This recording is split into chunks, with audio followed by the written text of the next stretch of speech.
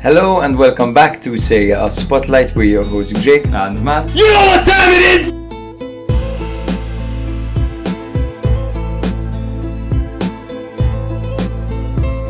I can't tell you guys enough how much you've been my internal monologue when thinking about football for the last year. Yes, amazing! We get to record while drinking some wine. Jake and I will have a very special soft spot for Salernitana. we love them. We love them. Stop zooming in on Allegri's face, bro. You're gonna make How are me you break. exposing me? Because you're gonna make me break. Man.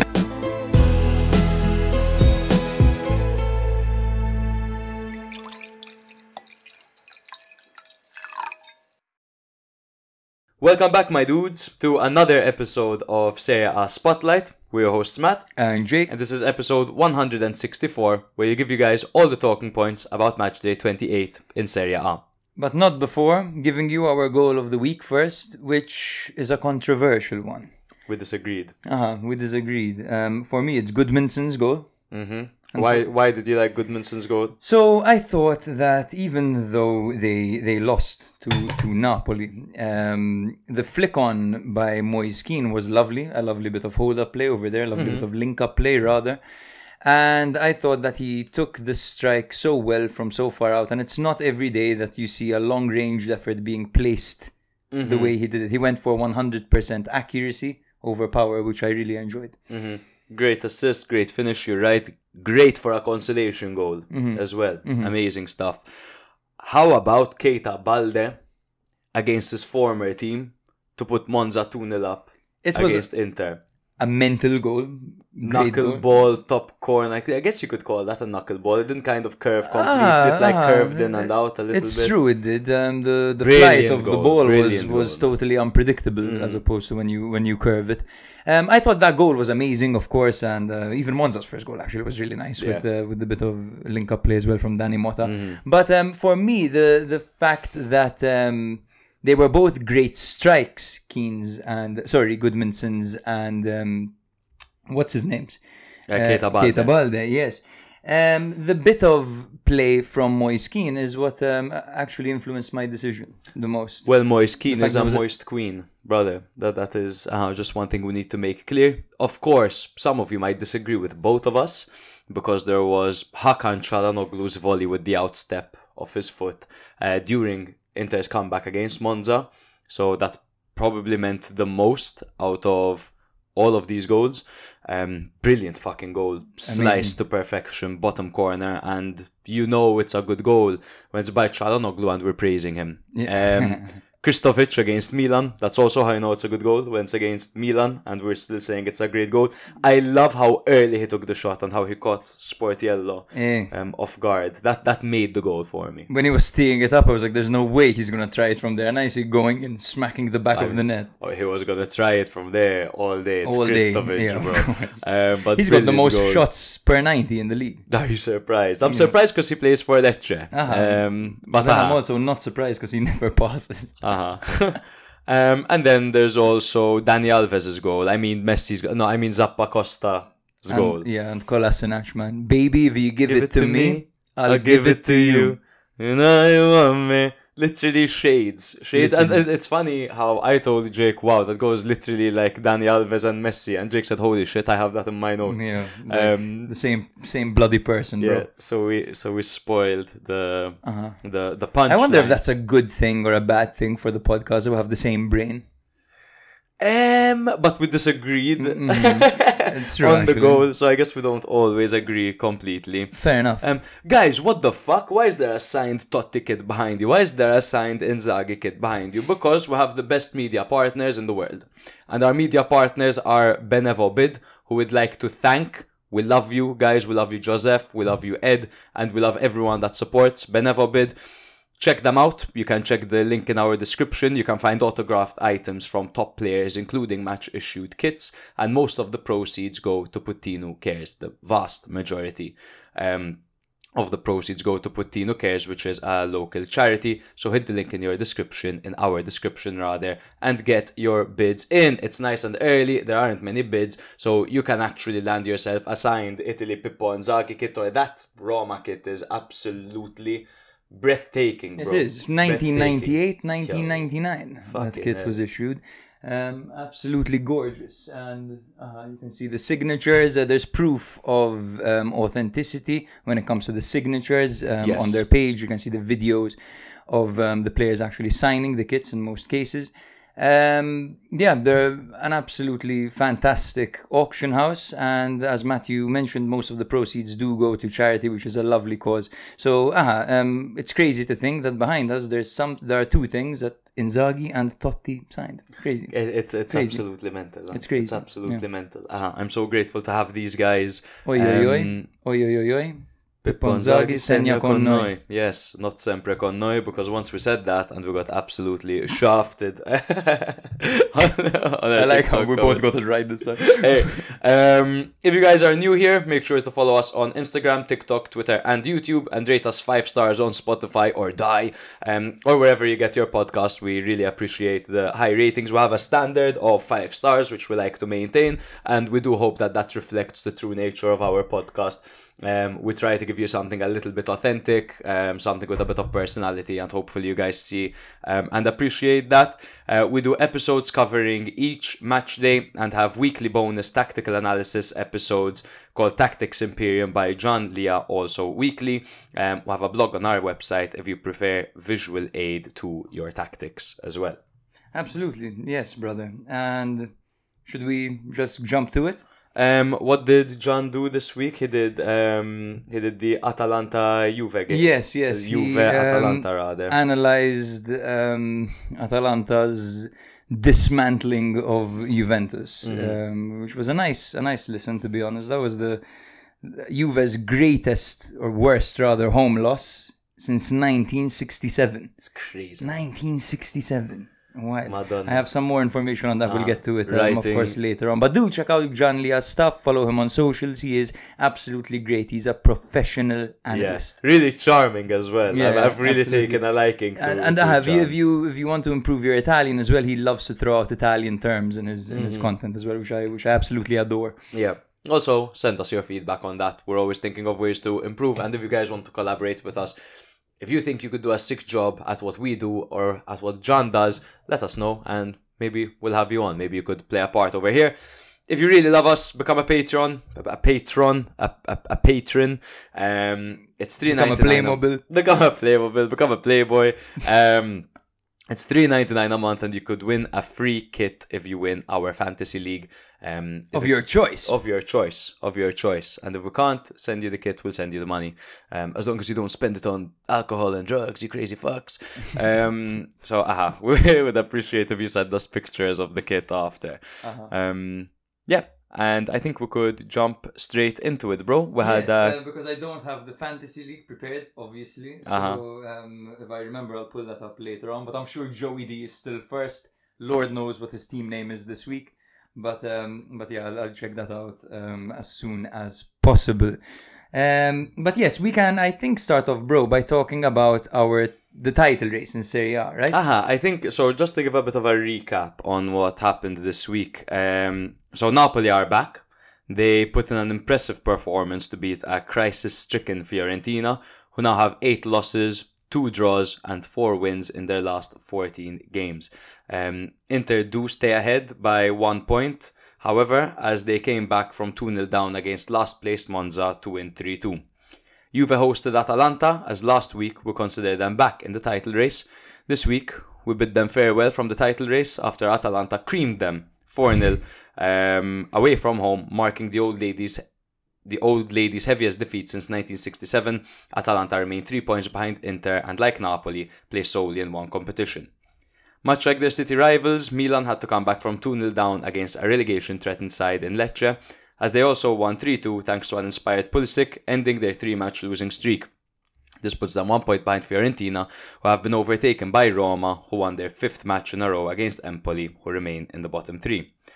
That win was not quite enough to get Roma past Italiano's Bologna, however, as they beat Verona in their 3rd consecutive Serie A win, and Lazio, who remain 5th despite being held by Runjaj's impressive Udinese. Both sides are putting significant pressure on Juve, with Lazio just 1 point behind and Bologna 2. There are also some updates with the relegation battle, but Parma drew to Torino, Cagliari drew to Genoa, and Como drew to Venezia. However, do keep your eyes on Venezia, as they have gathered 3 draws in a row against Lazio, Atalanta, and Como. Can we dream of a Venetian miracle, or will Di Francesco get relegated twice in a row? I'm all for this Venetian miracle, and I love how Venezia have been playing lately. I find their team very fun to watch. I love their midfield 3. With Duncan back especially, it's very complete, you know.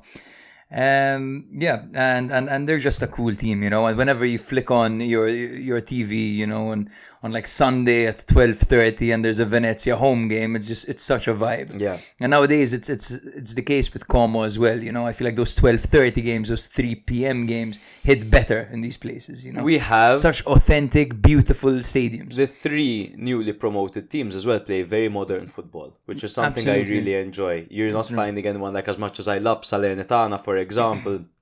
We've got 3 Frosinones with a bit more brains than Frosinone, and a lot of actually owned talent. Frosinone had a starting 11 that was virtually all players that were loaned in. But Venezia, I particularly appreciate their midfield, like you mentioned. I love Duncan, Nicolucci, and Perez. Perez, I feel like, has been such a great addition to their side. The balance over there is great, and Nicolucci Caviglia is top 5 of my favorite players in Serie A at the moment. He's a combination of he's got a wicked long range pass, he's got balls, he has work ethic, he's got a long range shot on him, he's great at set pieces, he can control the tempo of a game. I love him. His first touch is one of my favorite things about him, and even the fact Zinedine Beckham, bro. He can take like these first touches that seem heavy, but he puts them exactly where the space is. Can we call him Zinedine Beckham? Zinedine from Beckham. now on? I like that. By the way, I have Joey D's team name right in front of me, and I started giggling while you were reading. It's Bisexual Eruption. Obviously, play on words on Jan Bissek, for those of you who didn't get it. For those of you who are listening, maybe in the morning. And for all our bisexual followers as well, shout out to all our bisexual followers. We love an open mind. Yes, shout out to all our followers, no matter the race, no matter the sex, no matter the gender. We love you all. We love all you bisexual people. I love that. Absolutely. I think we should jump straight into it, brother. Before we talk too much. I guess we should start from Inter 3, Monza 2, bro, because that was the game that kept Inter ahead. I mean, what a comeback. We had Monza going man for man against Inter. Obviously, Inter's 3-5-2 formation with a little bit of movement, considering that yesterday they had to play the second leg against Feyenoord. In fact, we did see Bastoni start in the left wing-back role. We saw Arnautovic start up front. Other than that, we didn't see much movement, however. So Inzaghi is really working the starting 11. Nesta decided to go man for man. So 3-5-2 formation with Mota and Balde up front. The midfield 3 that we're starting to see now is becoming a staple of Castrovilli, Bianco and Zeroli. So man for man is something that worked quite well for them. And it does seem like Monza are giving Inter a consistently hard time. They drew to them earlier this year, drew to them the year before, beat them the year before. Amazing. Yes, and frustrated Inzaghi is the most entertaining form of Inzaghi to observe, and he was definitely getting frustrated this game. I think that Inter have a problem at the moment because, as we have mentioned every single episode since the start of the season, their midfield qualities are very unique to the individual. So rotation is very hard. So Inzaghi is finding himself using the same players and running them to the ground, right? Inter have a clear problem in defending in transition, in my opinion, because when they get hit on the counter-attack, they often struggle to break that down. And I think that that's how Monza managed to get the Dani Mota goal, was the Birindelli goal, assisted by Dani Mota. And it seemed to be a problem throughout the game, to be honest, being susceptible to counterattacks. It's true. They don't win the ball back as quickly as they used to. And that's certainly why they're conceding more goals this season than they were last season. I do think I have to give props to Monza for really taking the game to Inter and attacking them. And I think that this is a product of the way Nesta likes to play his football. He's not a conservative coach by any means, but he really likes taking the game to his opponents, which is probably why when the team hadn't gelled yet, he struggled so much. However, despite what you're saying is absolutely correct about Inter, however, I do want to give them just the credit that they deserve for getting back into this game with their tight schedule and for working their asses off for 90 minutes moments before they had to play Feyenoord in the Champions League, and whilst juggling 3 competitions. If you look at the fixtures that they have left versus the fixtures everyone else has left, they've got so many additional games because of the Coppa and because of the Champions League, so on and so forth. I think a great thing for them is that Arnautovic scored, because I feel like their vice strikers haven't been performing well at all this season. However, the most important one for me is the performance that Çalhanoğlu put in this game, and the fact that he picked up the goal that he did here, and then I believe he scored again in the Champions League. Yes, he did. So the fact that that position for Inter, when they had Brozovic there a couple of seasons ago, and when they had Çalhanoğlu there, if that player doesn't perform, it is likely Inter won't perform. Absolutely. It's the most important piece in their system. Absolutely. Super, super, super pivotal. And the fact that Çalhanoğlu is back is super, super important for them, and it's good to see, in inverted commas, from an analyzing football perspective, from a human perspective. On the other hand, I don't find it that great to see. Also, the fact that Inter have a game plan that works more often than not. Their crosses into the box can come from anywhere. It could be their centre-back in Bastoni whipping in a cross. It could be their wing-back in Di Marco, granted he hasn't been available, whipping in a dangerous cross.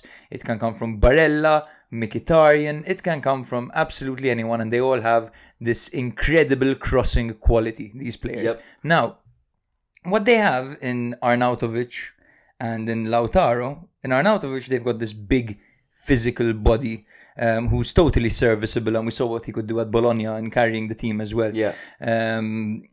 He's a striker that if you give him the ball in the box, he will score goals. And he's actually quite smart as well in the middle of the pitch when he's confident and when he's on form, as we saw at Bologna. So they've got Arnautovic as a big kind of like target man player who's very good in the air. And then you've got Lautaro as well, who isn't the biggest, but he's excellent with his head, and he's excellent on the volley as well. And the way he positions himself between the two defenders with the accuracy of the crosses that come in, which is past the first defender and in between those two defenders, that's where he nips in. And he's not stationed there, he charges in, because Lautaro is typically involved in the build-up play. So that typically involves a late run into the box as well, which has kind of become his trademark move. Absolutely. And the most important part, the key piece to this, is Dumfries. Because Dumfries is back post, he's built like a centre back. He's built like a striker. He's built like a fucking brick shithouse. Literally, he's built like a brick shithouse. And he can tower over fullbacks. He can tower over centre backs, and that was Inter's way back into this game. Whip the ball at the far post towards Dumfries for him to knock it down, and one of the strikers will just poach it in, It's been their game plan for the entire season. Yeah, and we often talk about their set pieces. This is kind of like forcing a set piece situation from open play. Exactly. Exactly. And their centre-backs get forward so much, you often see their 3 midfielders playing as their centre-backs and their 3 centre-backs charging forward to stay in the box. So I think that's a clear Inter game plan. And I mentioned this, I believe, in their match against Milan, but also in their match against Juve, where Milan and Juve were positioning themselves in areas where, when Inter were on the ball, the defending side tend to position themselves where they know Inter are going to play the ball. They no longer charge through the middle, do these quick transitions and get someone clean through on goal. They're always going to go wide at an angle outside the box to get those early crosses in. And you see certain teams position players there anticipating that, or to go and intercept that pass to a wider area, which is where, for example, Monza were catching them on the break. So I do feel like they're getting not figured out, because they're still managing to win the games, but after 3 seasons of Inzaghi, people are starting to put a pin on that and notice it. And it's not just that, it's the fact that the players are being run to the ground. It's a bit of an aging team as well, so there are many factors. Apparently, they're all playing on painkillers, particularly Thuram. So this was a thing that Inzaghi said, that Thuram has been playing on painkillers just before Thuram scored that gorgeous goal in the Champions League victory against Feyenoord. And then after the game, Taremi used it as an excuse as well. He said that he's playing on painkillers as well. I don't mean he used it as an excuse, of course. I'm saying that in jest. But yeah, of course they're playing on painkillers. Of course. Are Inter pushing for the treble? I think it's a stretch. I think that's a stretch. I don't think they can. No. Why? Because I think that they're... I don't disagree with you. I think that they don't have enough dependable players to rotate comfortably. I think the rotation will bite them in the ass at some point. Be it in the Champions League, be it in the league, be it in the Coppa. I think they're bound to get eliminated from one competition, to be honest. I think they'll prioritize the league over anything. You think? Probably, yes. I think so. It's interesting to say what they prioritize. I think they prioritize it's hard to tell, because Inzaghi values the Coppa Italia greatly. He loves the Coppa Italia, and you can tell he won it quite a few times with Lazio as well. And the Champions League, of course, is a dream for them, but I think they would want to win that Scudetto, man. You know? Just to go back to the treble thing, whether it's possible or not.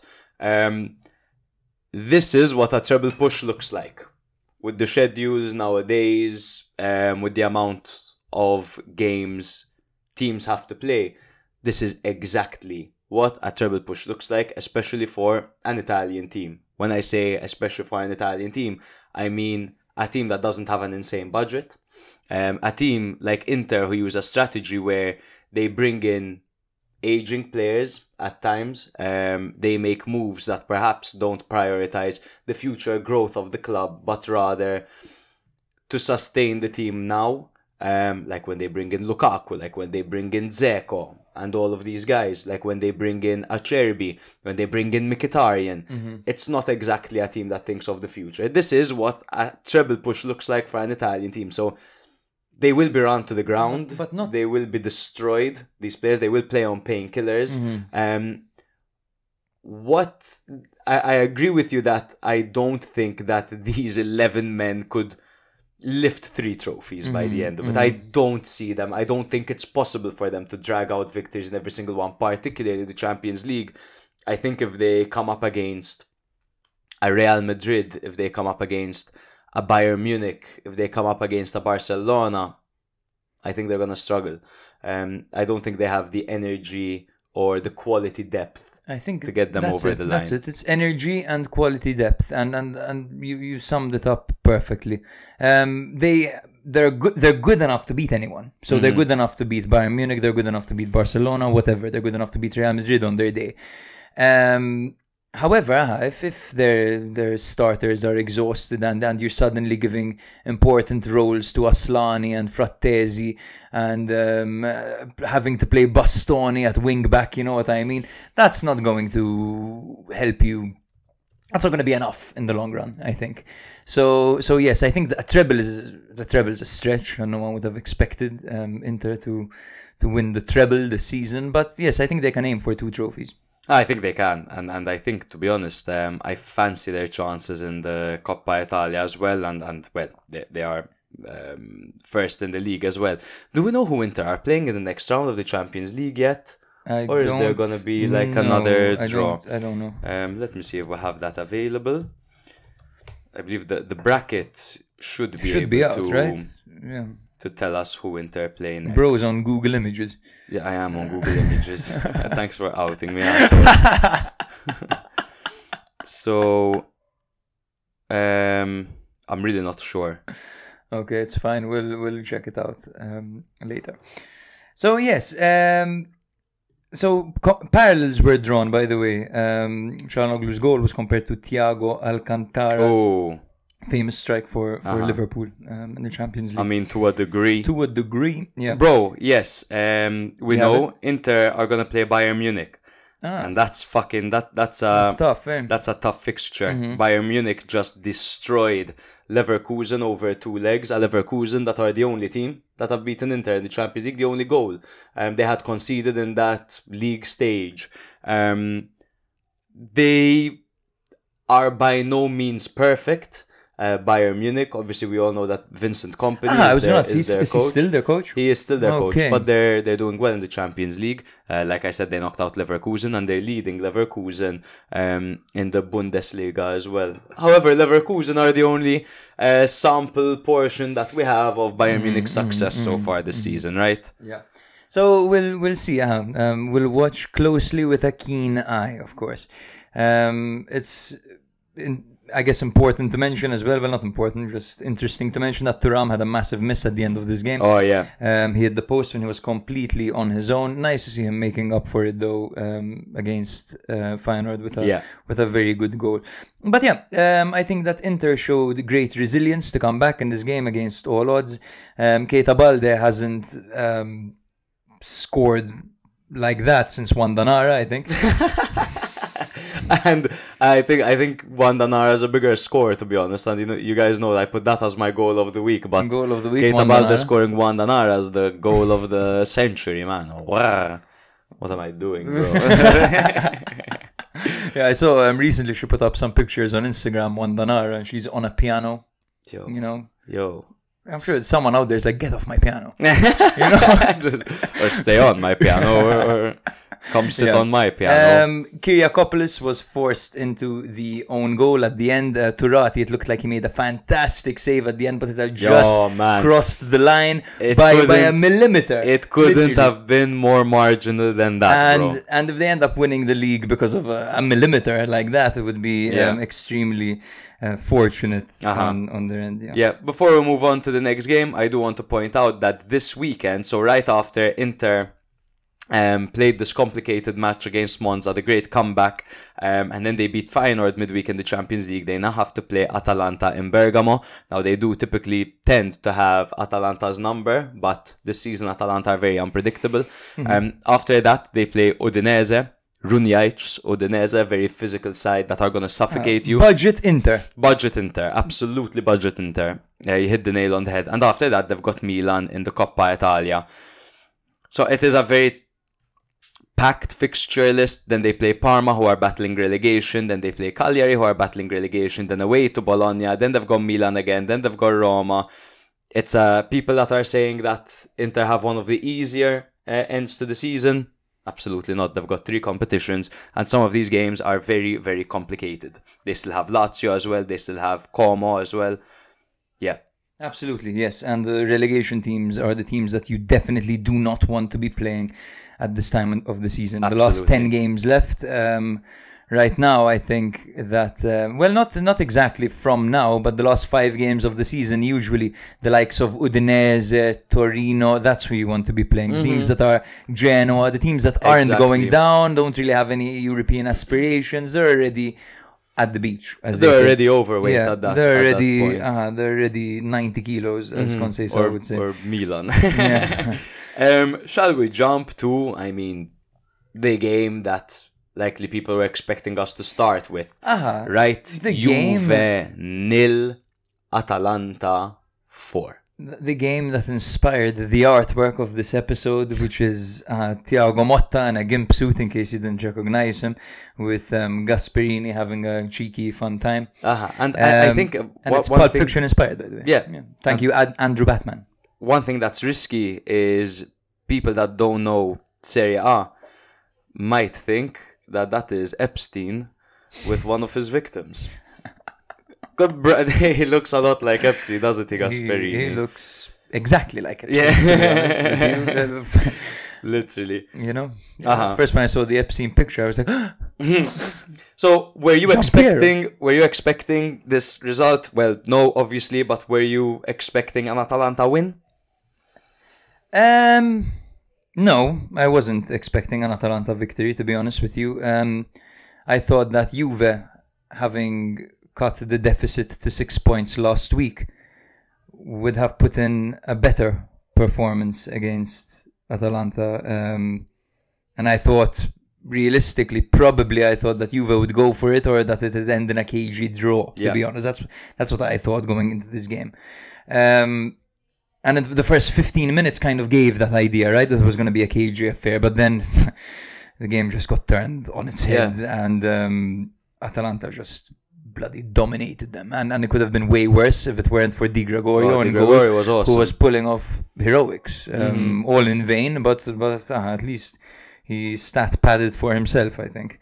Yes, their worst defeat since 1967. And by the way, that 1967 defeat was against Torino. And they also had... So they've only ever lost 4-0 at home 4 times, Juve. This was against Fiorentina in 1955, Torino in 1967, Pro Patria in 1948, and now, of course, Atalanta in big 2025. 1948, huh? It's crazy to think that these teams existed in 1948, so long ago. In fact, it is Pro Patria. You would expect better, so we've given the benefit of the doubt a lot to Motta, and we've explained that this is... His ambition should be top 4, and that fuck the Champions League. You'd expect better in the Coppa Italia, but top 4 should be the main goal. Yeah. With that being said, at this stage, with 10 games left to go, after being knocked out of the Coppa to Empoli, after getting knocked out of the Champions League to PSV, you would not expect a horrendous performance like this in the league at home to Atalanta when you're fighting for the league, when you can gain ground on Atalanta and actually make a serious push. And even if it's not a serious push, you make a bit of a statement. You can hold them, and it would have been a decent result for them. I was not expecting Juve to get blown out of the water, and I think, bro, it pains me to say, because I'm a Motta lover, I'm a Motta fanboy, but this goes to show simply that at this stage it simply hasn't worked out. And to me, there's been a lack of progress. There's been a lack of progress from game 1, from match day 1 to match day 28. There has been a significant lack of progress. So we have an interesting question about this, actually, about this point that I'm going to say. There has to be a balance, right, between playing the system that you want to play and playing a system that will benefit the players that you have. If you compare, first of all, Juventus at the start of the season to Juventus now, at least they were structured, they were organized, they weren't conceding much. Granted, they had Bremer, it was before their defensive issues, but at least they weren't conceding, they weren't losing. Now, I think that he's mixing it up too much, Motta. He's got Yildiz playing on the right. He's got McKennie playing in central attacking midfield. Granted, it's probably because Coop Miners has been a bit of a flop, so he has to put him there. And to be honest, McKennie has been one of the best players for Juventus this season. And even this game, he was the player I think who threatened the most. You've got Nico Gonzalez who plays on the left when he would probably rather play on the right. So you could swap Yildiz and Gonzalez and have Yildiz cutting in. I don't understand why he's doing this. And it's also like, what we're seeing here is not what I saw in the game at all as well, positionally, because it doesn't seem, to me it didn't feel like McKennie played behind the striker. To me it didn't feel like Thuram was playing as a box-to-box midfielder, because he seemed to be one of the centre-backs, which gave Atalanta a lot of room to bypass their midfield. Pains me to say this, you know who Juve reminded me of in this game? Milan. The way their midfield was getting bypassed. It's like Milan when they're shit. Milan on an off day. And it's not like Atalanta had an incredible game. They just played their usual game, you know. They sat back at times. They hit Juve on the counter-attack and transition. They got better because their confidence grew, because their opponent was so shit. And Lloyd Kelly was a disaster. Lloyd Kelly was ass. Disaster he was. Complete he was involved in the last 3 goals. He did something wrong. in every single one of them. So the first goal, just for those of you who would like to catch up with the game, of course, 29 minutes in, McKennie decided to flail his arms in the box, and he gave away a penalty. Natural position because he flung. Sorry, I said Jake in that. He flung himself in such a way, and he let his arm go a little bit too much, and his arm was in the air. It's an unnatural position at the end of the day, so clear penalty. Clear penalty. Retegui stepped up, and we've seen him miss before. He didn't look totally confident. He looked a little bit nervous. The keeper tracked it, but it wasn't enough, and Retegui managed to score 22 goals in Serie A this season. Massive for him. And then after the last time Atalanta had a top scorer in the league was Pippo Inzaghi. In his one season at Atalanta. Massive, absolutely massive. And it was an Italian striker and again. Then at the end of the first half, Lookman had the ball in an advantage, in a situation which suited Atalanta numerically, and he was selfish and he ruined the chance. They could have gone into halftime 2-0. But the fact that Juve played like that in the first half, went into halftime, came out in the second half and immediately conceded is very telling. The fact that the loudest that the Juve fans was to boo Quadrado is very telling. The fact that in 3 weeks Juve have been eliminated by Empoli in the Coppa Italia, eliminated by PSV in the Champions League, and knocked out of the title race once again by Atalanta in a historic fucking dismantling is absolutely terrible. It's sackable. And this was what I was going to say right now. I am surprised that I'm sat here not talking about Juventus hiring Tudor as a manager for the short term. Because what happens now? Now Juve have the following games, which they can't lose because 2 points behind them. There's sorry, let me just pull out the table. So 1 point behind Juve, Lazio. 2 points behind Juve, Bologna. And Bologna are on a streak, man. Bologna are on a streak, and we know Lazio haven't lost in their last 6 games. They've got 3 wins and 3 draws, but they haven't lost. So these guys are going to keep performing. Juve need to play Fiorentina away. Oh, Fiorentina, crisis-stricken Fiorentina. Bro, Fiorentina hate Juve. Fiorentina are going to perform in that game. So Fiorentina, Juve. Then they play Genoa. As well, the personal Fagioli. Yeah. And then there's away to Roma, and then Lecce, and then Parma, and then Monza, then away to Bologna, and then away to Lazio, and then home to Udinese, away to Venezia. Those are the games they have left. And Juve, they've got 10 finals. Motta has 10 finals. The only fucking way Motta can save his job, he can get top 4 and he can still get sacked. The only way he saves his job is if he goes on one fucking hell of a streak in these games and kills teams. I haven't seen Juve fucking kill a team in ages, bro. And that was the whole point of getting Motta. I agree they should have gotten Motta, but the whole idea was for them to play some progressive football, some balanced football, and not that terrorist Allegri system. And I think we go back to last season. Everyone criticizing Allegri, yes, he could have done a better job, but also, fuck me to do a job with this team. Fuck me, because it's looking a bit like that Tottenham Hotspur syndrome, where it's not the manager, it's not the players, it's the club. It's the club that had the scandal 2 years ago, and they lost 10 points, 15 points, and there was that whole back and forth. It's the same team that have crumbled ever since they've gone on that 9 Scudetto win run in a row with, and then they got Sarri, and they only gave him a season, and then they got Pirlo, and then they went back to Allegri. Now they're trying Motta, and he's absolutely flopped. They're at a complete stalemate. And this is my question to you. What about Giuntoli's future?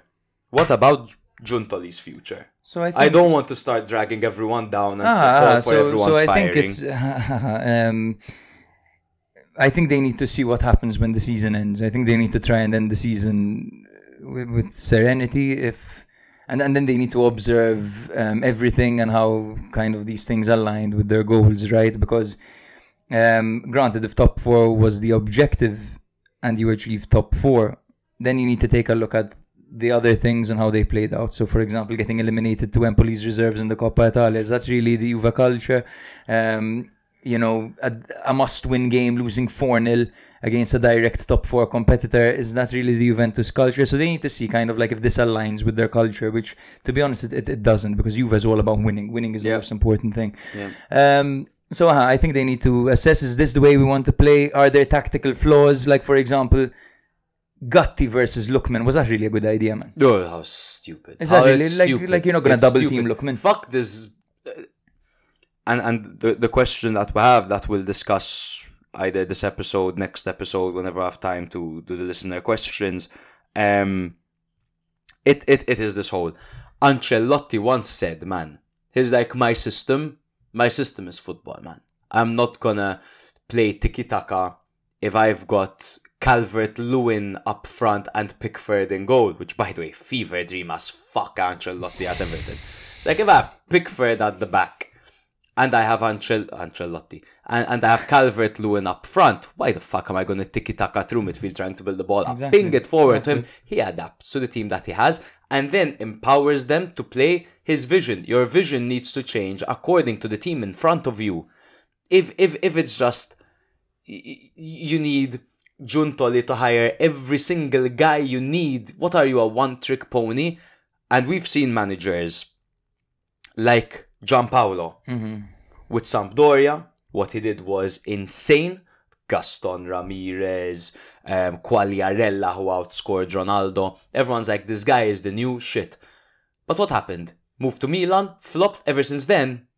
Best job he can get is like Lecce. Because he tried to make Suso into a trequartista, which isn't the case, right? I mean, that's it. You have to look at the players you have in front of you, and you cannot force your system. The players come before everything else, because they're going to make it happen for you. Motta can be the next Zidane. He can be the next Guardiola. He can also be the next Gianpaolo. Yes. There were some interesting ideas by Motta this game. For example, to try to escape Atalanta's man-for-man press, he got Locatelli to tuck in between the centre-backs. And this is something that Gianluca Lia mentioned in his... Shout out. Yeah, in his analysis.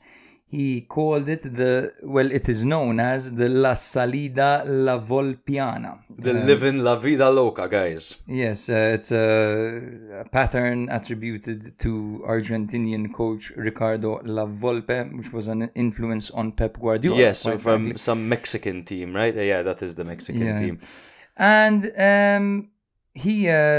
so this was an interesting idea to try to escape the press, but I think that there were too many mistakes made pressing high.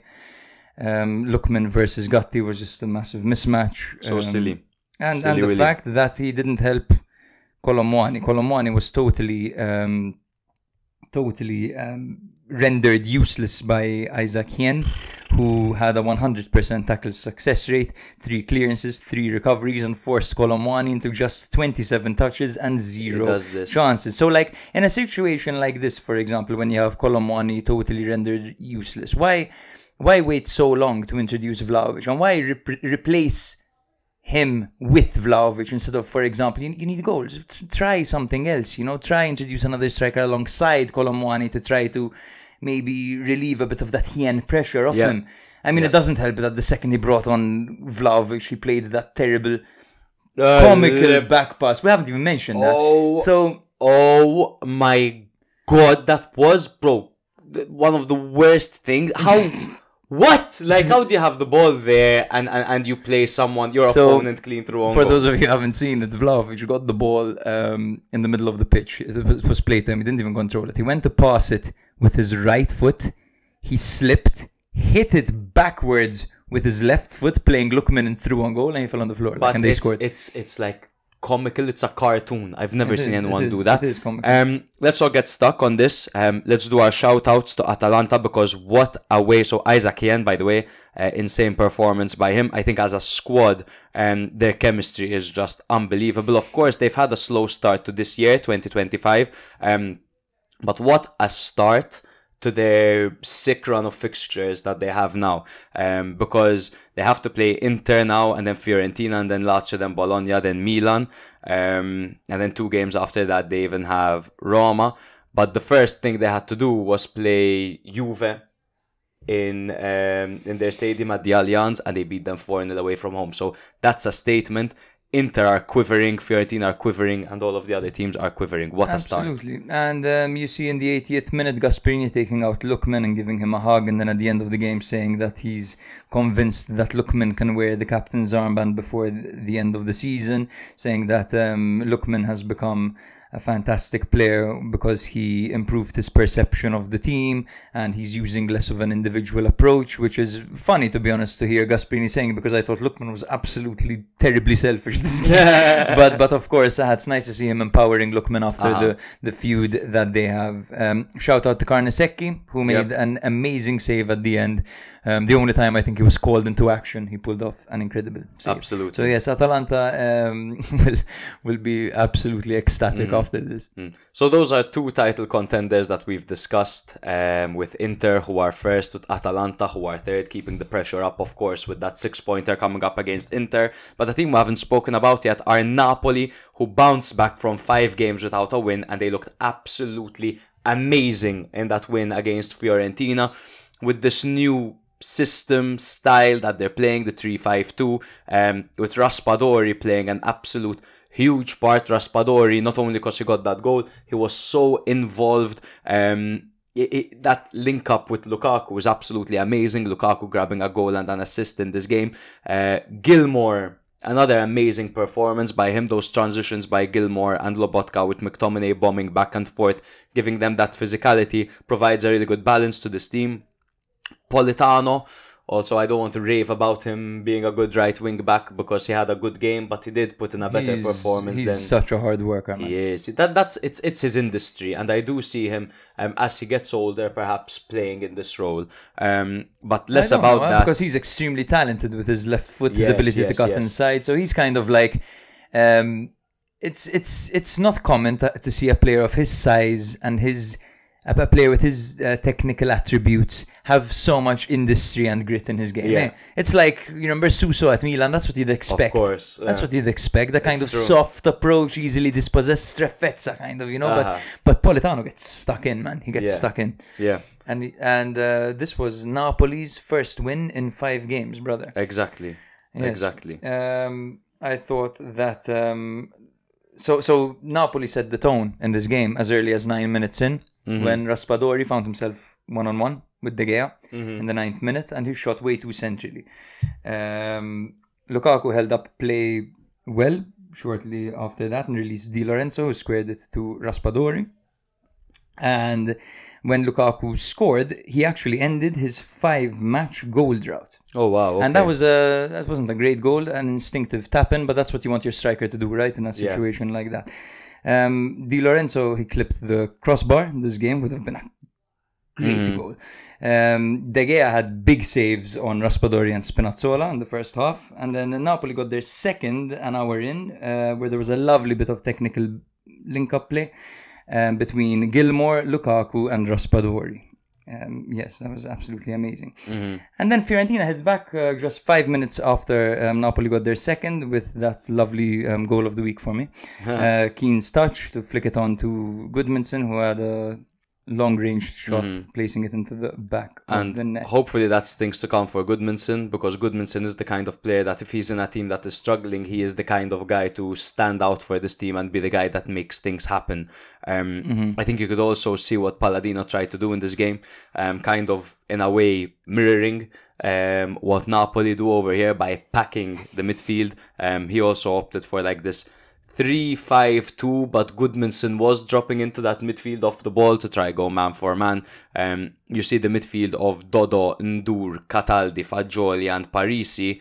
I mean, obviously this is a team that's low on confidence, and Palladino's trying something to combat the team ahead of him, so as not to get blown out of the water, although Napoli were coming into this game struggling quite a bit. But it's really impressive to see the performance Napoli put up over here. I don't think Fiorentina had a bad performance by any means. I think if you look at the statistics as well, they did have an XG of 1.13. Of course, Napoli's was 2.85. But Fiorentina had the same possession as Napoli. It was quite an even affair. It's just the quality of chances that Napoli were creating were so much higher than those of Fiorentina. In fact, you see Fiorentina's goal, it was from out of the box. I don't believe Keane had any chances, for example.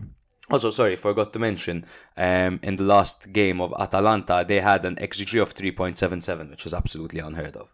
Atalanta. Wow, yeah. That's wild. But anyway, back to this game. I think that this kind of injury crisis that Napoli endured, that Conte went through, is kind of like almost a breath of fresh air, because it forced him into trying something new, which is seemingly working out very well. Before, the talk was, oh my god, Kvaratskhelia left, and now they only have Neres, who has that bit of flair to his game that can break and that can actually threaten. However, with Neres' injury forced Conte to deploy Raspadori, deploying him in his favorite position, which is something massive, because Raspadori, by the way, needs to sit down and think about his career, because he's wasted so much time going to teams that don't play him in his that don't even use his favorite position. So yes, and Raspadori in that position empowers Lukaku and the midfield. They've been linking up very well, and let's not forget as well Gilmour, who will actually probably give Conte some thinking to do when Anguissa comes back, because there's a headache. Yes, there's a headache, but it's a good headache, a good problem to have. Headache. Because depending on the opposition, you can go for a more possession-based approach, or you can go for a more physical approach. Right? And again, this is when we say this is not. I'm not going to say men against boy, but I think the theme of this week is veteran managers against new up-and-coming managers, and how the veteran managers who have a plan B, who adapt to the players in front of them, are the ones that are getting success. Look at Conte. His favorite formation is the 3-5-2. He went to Napoli, tried the 3-4-3, because he still excels with wing backs and a 3 at the back system. Tried the 3-4-3, got fucking destroyed by Hellas Verona. It's like, you know what, Napoli, that's why everyone goes to Napoli and plays a 4-3-3. Played a 4-3-3 himself. Got his injuries, lost Kvaratskhelia, went for the 3-5-2. Really, he lost Neres through injury, Kvaratskhelia through transfer, and Anguissa through injury. Should be title race over. Should absolutely be title race over. But what does he do? Raspadori in the striker position next to Lukaku, back to the 3-5-2, and getting the best out of Billy Gilmour, who's slotting him brilliantly into that 3-man midfield. That is an experienced quality manager. That is what an experienced quality manager does, and that's what you expect from someone like Conte. That is why Conte is top 3 managers in this league, and that's being super conservative. He's potentially the best manager in this league. That is what he does, man. His plan B might even be stronger than his plan A. Yeah, because this wasn't a typical rigid Conte 3-5-2. This was kind of a 4-3-3, or even a 4-2-1-3 at times. And it was dynamic, it was aggressive, and it was sexy. It was sexy, quite frankly. Yes, it was very, very effective.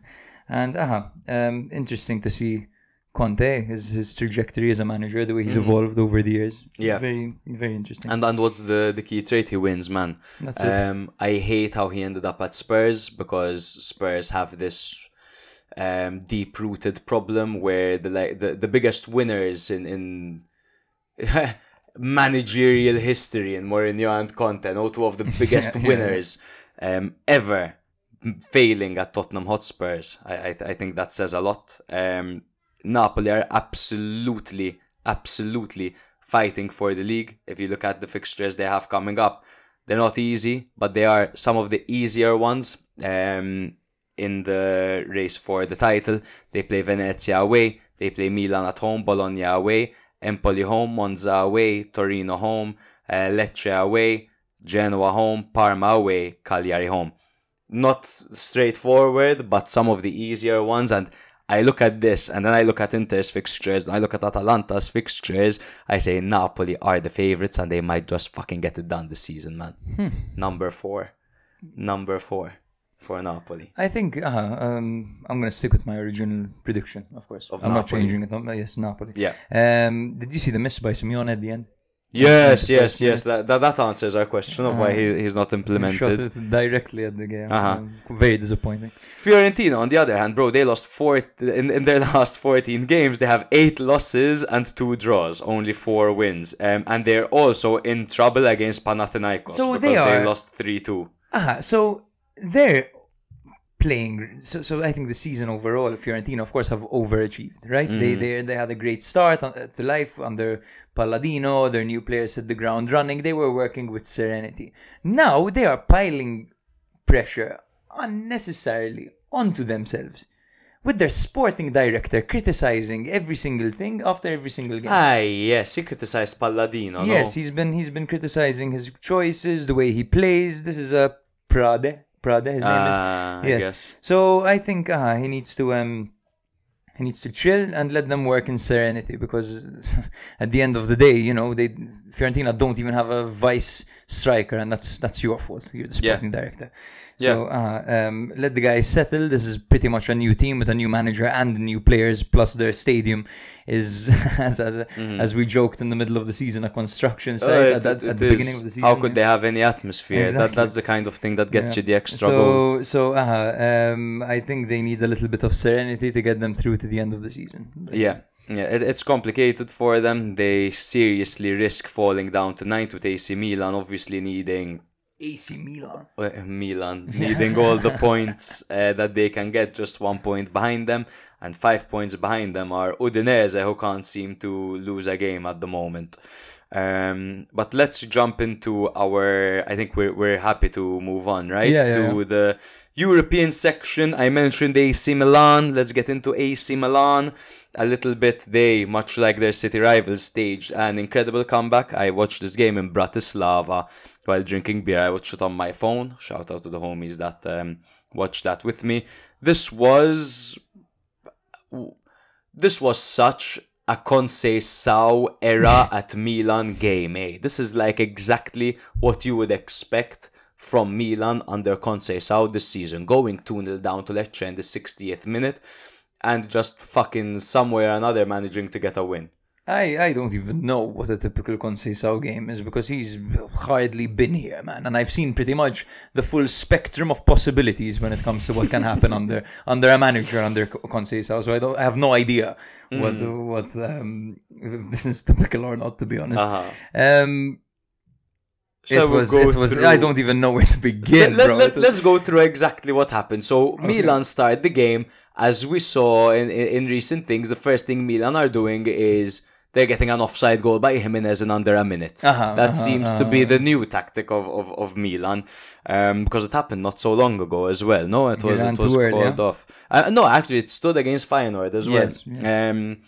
Over there, I'd hope he times his run a little bit better, Jimenez. But right after that, Kristovic scored from distance, a delicious goal, a Then Gabbia scored offside. He ran a bit too early, but I loved that goal. Yeah, same. At the near post. I really wished it stood. Yeah. And then, as Milan brought on Rafa Leao for Jimenez in the second half to try to get themselves ahead, in the 60th minute, Lecce score. And you think the best thing Milan can do over here is get an equalizer. Moments before this, Kristovic, who scored this goal as well, hit the post. Now after this, Jimenez hit the post. And then 8 minutes later, Gallo put the ball into his own net. There was a square pass by, I believe, Leao, straight to João Felix, who had an empty post, completely mishit the ball. It would have been the miss of the season. But thankfully for him, it hit Gallo and went in. 5 minutes later, Pulisic won and scored the penalty. And then, again, 8 minutes after that, Leao played a delicious early cross, went inverted winger style, great ball to the back post. Pulisic, great run off the ball, and finishes it well. And Milan get a win. I think one thing that I have to comment on is the impact of Tammy Abraham that he had on this game. And Leao. And Leao. Leao changed the game. And I think before we get into the happenings of this game, just I don't get what Conceição was doing. Like his starting 11 in this game was weird.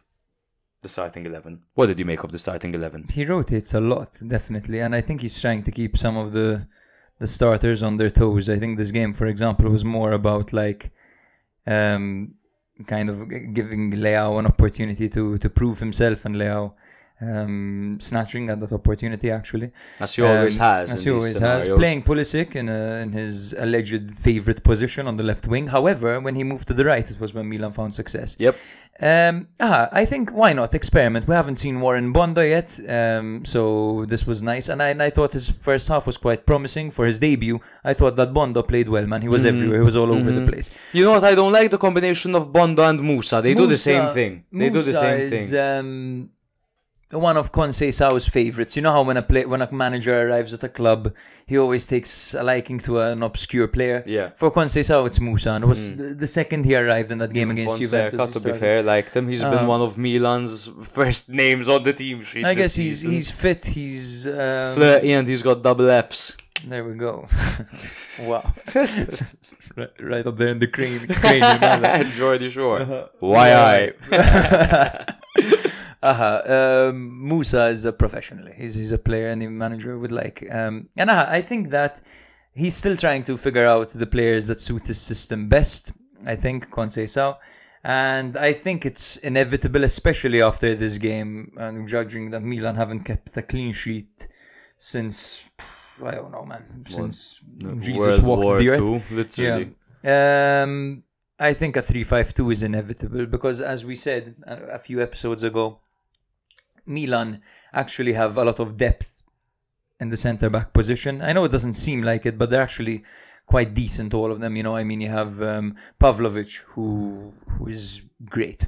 You have Gabbia, who's very mature, leader, and he's still my favourite centre-back at Milan, Gabbia. I think so too. And then you have the other one. It could be Tomori, it could be Chow, it could be Kyle Walker. You have many options. So you have quite a lot of depth at the back.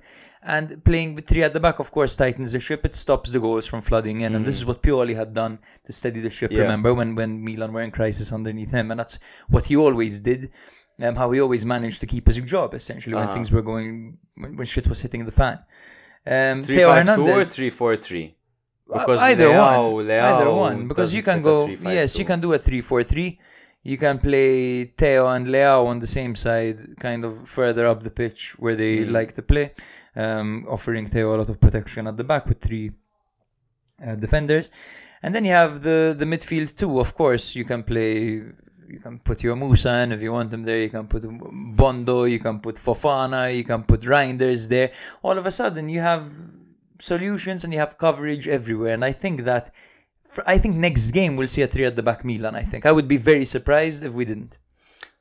Because there's clearly instability. Of course, you conceded 2 goals to Lecce, who hadn't scored. I had everything prepared. I lost everything. I forgot how long it had been since they. I think 4 or 5 games. Something like that. I think it was 4 games, and we joked last episode. We said Lecce haven't scored in 4 games. Watch them. Watch Kristovic get a hat-trick against Milan. It almost happened because he hit the post. I think one thing that's shit for Milan as well is 28 matches into the season and you don't have your 4 games.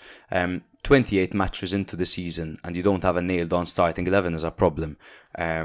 This is the post-Pioli era, and the post-Pioli era, I think the season, you see Fonseca, he came in, did what he did, got sacked, replaced by Conceição. None of these guys had a sporting director, and now apparently Paratici is being rumoured in, and Paratici's favourite man is Allegri. So it's being rumoured that a Paratici and Allegri combo is going to be the new Milan for 2025-2026.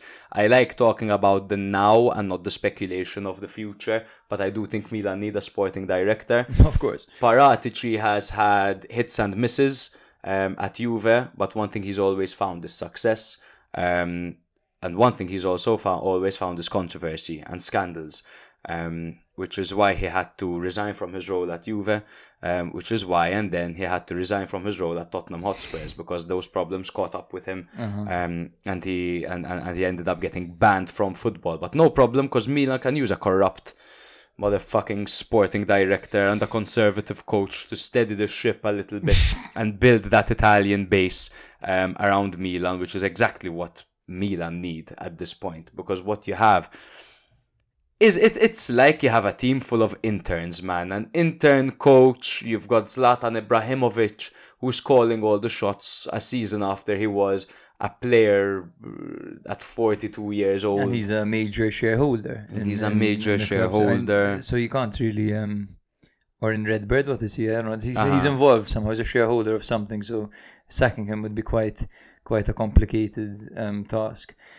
I certainly think that a little bit of identity is needed, a little bit of understanding of the club's, the weight of the badge of the club, the weight of the shirt.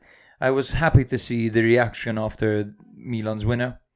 Tammy Abraham was fucking awesome. And Leao as well, after his cross, started pounding the air and all the guys off the bench ran up to the players. It was a scene, and you can tell there's a lot of pressure on Milan right now, and it's nice to see the players coming back and celebrating the victory like that. It shows it means a lot to them.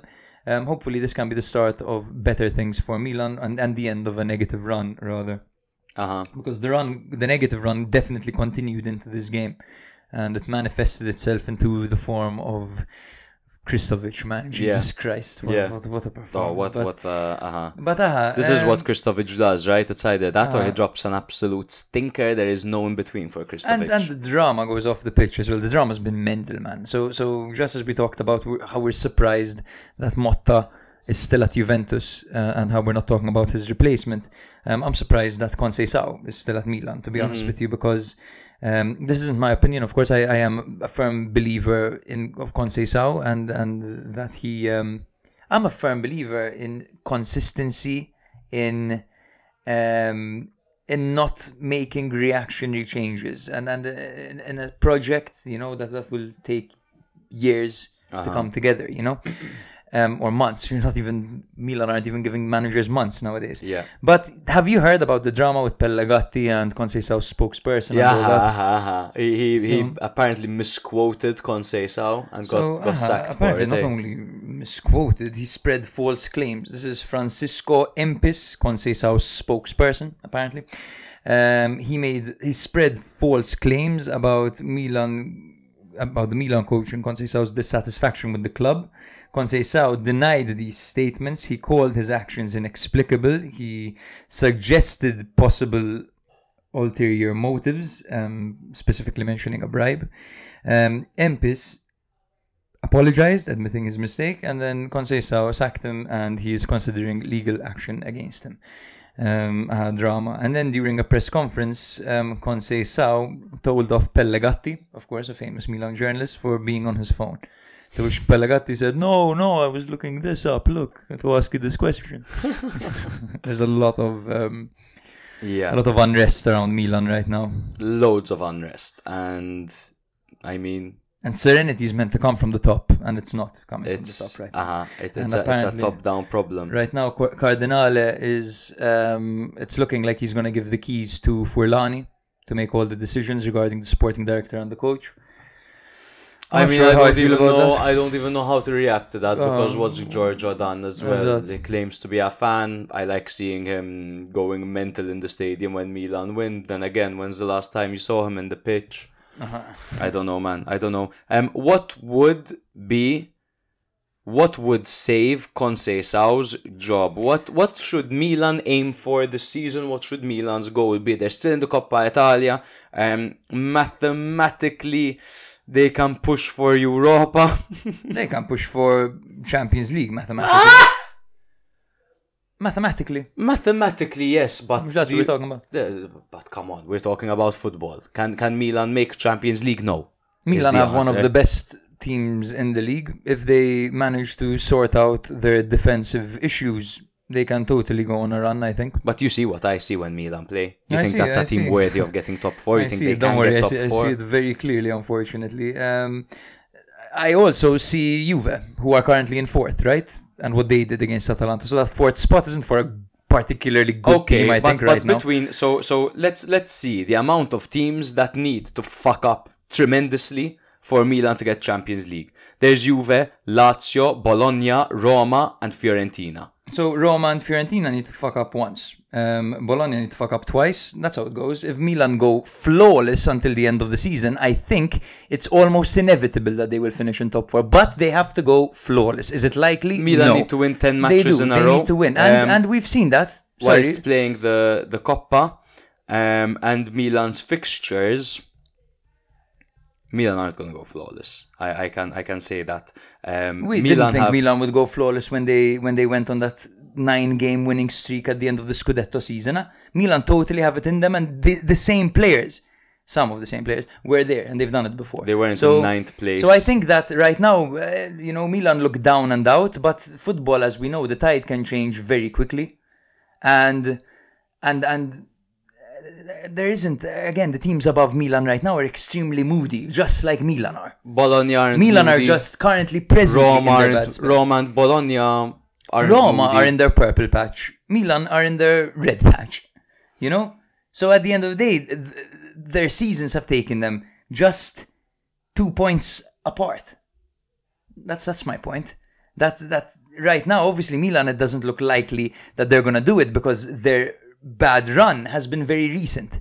However, on the grand scheme of things, the way a season goes, like up, down, up, down, up, down, they're very much in the same place. So, you reckon Milan can get Champions League? I think Milan can definitely get Champions League still. I think they totally can. They just need to fucking figure their shit out, go 3 at the back, stop the goals coming in. You have enough players to invent a goal. Literally, if you stop conceding, if you cut that fucking pipe, man, that floodgate, and you leave it up to the brilliance of the players you have to find you a goal here and there, because you've got, I think, the best artillery in the league when it comes to offensive options. Tell me a team who has what Milan have. On the left you have Leo, on the right you have Pulisic, in the whole you have Reinders. Individually, Milan have the best forward line in the league. Yeah, we know that. We know that. But what have they done for the entire season? And you mentioned Roma are in their purple patch and Milan are in their red patch. The difference is, as the season progressed, Roma have been getting better. Milan have shown me no sign of getting better. In fact, Milan lost before they went 2-0 down to Lecce and staged a miraculous comeback. They lost 3 in a row, dog. They lost 3 in a row just now. And you're saying Roma and Fiorentina need to fuck up once. Okay, cool. What about Bologna, Lazio and Juve? How many times do they need to fuck up? 3? 4? They're 8 points, man, behind Juve, with 10 games to go. I understand what you're saying, and I agree that it's unlikely, but I wouldn't count Milan out. It's not unlikely. It'd be a fucking miracle. I don't think it'd be as big a miracle. It would be impressive, but definitely not a miracle. Not a miracle. It wouldn't be. I think 8 points with 10 games to go isn't exactly a crazy miracle, but it's definitely unlikely. And the thing is, look, bro, when you look at how this happened, these 3 losses in a row, because right now you look at Milan, you think, wow, these guys can't beat anyone, because they were knocked out of the Champions League by Feyenoord, and obviously after that they took a massive hit mentally, and they lost to Torino, to Bologna, to Lazio, and then conceded 2 to Lecce, conceding 2 in every single game, right? Now they have Como and Napoli and then Inter. You know what I mean? Now they have this morale boost. Hopefully the same. Hopefully and Feyenoord. then Udinese, then Atalanta, then Inter. Yes. But Feyenoord being the reason, the trigger to this poor run. Hopefully Lecce can be the trigger to a positive run, is what I'm saying. And football is like this, man. It's totally unpredictable. And I'm saying that Milan can still, they can still do it. And your original question, what would it take for Milan to keep Conceição?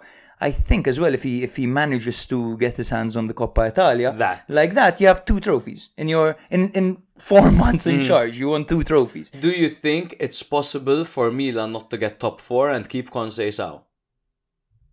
Do you think not? Is it possible? Do you think they'll do it, considering who the ownership are? No, I think they're too cutthroat. I'm not saying I agree with it, but I think that's right. Okay. No, I agree. He's already lost his job, to be honest with you. I think he's lost his job. They have already made up their minds, and I think it might be the same situation with Juve right now. Yeah. Of course, the end of the season has to happen for this decision to be made, but yes, I think they already have an inclination as to what they're going to do with these teams. Yeah, I think so. Shall we move on, bro? Of course, Lecce find themselves in the relegation battle. They have some great 6-pointers coming up. Keep an eye on that. They play Genoa away. And then Roma, who are no longer relegation candidates, and then they play Venezia. So they have a few tough fixtures. Lecce. They play Juve, and then they play Como, then they play Atalanta, then they play Napoli. Then there's another 6-pointer away from home against Verona. Then they play Torino, and then they play Lazio. So we can see Lecce regress quite heavily. I think they put in a really noble performance over here, and it's a shame for them that they didn't get anything out of this game. That own goal by Gallo was quite unfortunate. Of course, let's address that Milan were unlucky in this game. 2 offside goals hit the post. Again, Lecce hit the post as well. It would be a shame to see Lecce go down, because they are one of the more bottom teams with fucking spirit. And I love that spirit. They are the only southern team, I think, in out Serie A. Of the bottom sides. Because there's Napoli, of course. Yeah. Yes, yeah. Let's jump to Bologna. Bologna, who are making a push for the Champions League, because they are actually 2 points behind Juventus, and they can't seem to put a foot wrong at the moment. Bologna, despite that earlier loss to Parma 4 games ago. Verona won Bologna 2, a game that perhaps was closer than many would have anticipated. And we see the Ndoye Orsolini duo that is back with Odegaard in the middle. Ferguson back in that midfield controlling role, sitting quite deeper. For Verona, it's that 3-4-2-1 formation with Sarr up front and Bernardin and Suslov playing behind him. Classic stuff by Verona over here. Do you know how long it had been since Bologna beat Verona at the Bentegodi? I do not. Guess. I guess it's going to be something crazy. Yeah. I do that thing, 5 years? It's been 8 years. 8 years. They ended an 8-year drought. So this Jesus. this was a massive win for Bologna. This is a game where psychologically, if you know that stat, you go into it with a bit of without any hope, to be honest with you, because Verona, of course, we know that they are capable of disrupting big teams historically. Fatal Verona. But Napoli from massive from getting the top Scudetto. 4. Yes, under Gattuso by 1 point. That's brutal crazy. for them. Yes, the last time they beat them was a 3-2 victory. So we're talking 2017. Okay? Tell me the lineup. The lineup for Bologna or for Hellas. So Hellas, of course, they had Caceres as the right back, and he scored. God. Romulo was there. Verde was there on the wing. Cerci was playing behind Pazzini for Verona. That Pazzini in the playoffs for Verona was a thing of beauty, man. Exactly. Sorry, Verde was playing for Hellas Verona because Verdi was playing for Bologna. Insane. Yes, he was playing on the right with Palacio on the left and Destro up front. The Donza, Pulgar, and Poli in midfield. Fucking yes, mental, man. And then bro. the Mirante in goal. Remember him? He joined Milan. Of course. Yeah. He was at Milan a couple of seasons Cerci ago. and Caceres scored that game, and then Destro, Okwonkwo scored, and Donza. Yeah. Damn. Throwback. Love me some vintage football. And this game was not straightforward. I mean, Odegaard got a goal assisted by Calabria on the 40th. Good pass by Calabria. Very good, very good. And then it was complicated. Valentini got quite a silly second yellow, and also quite a soft second yellow, I might add.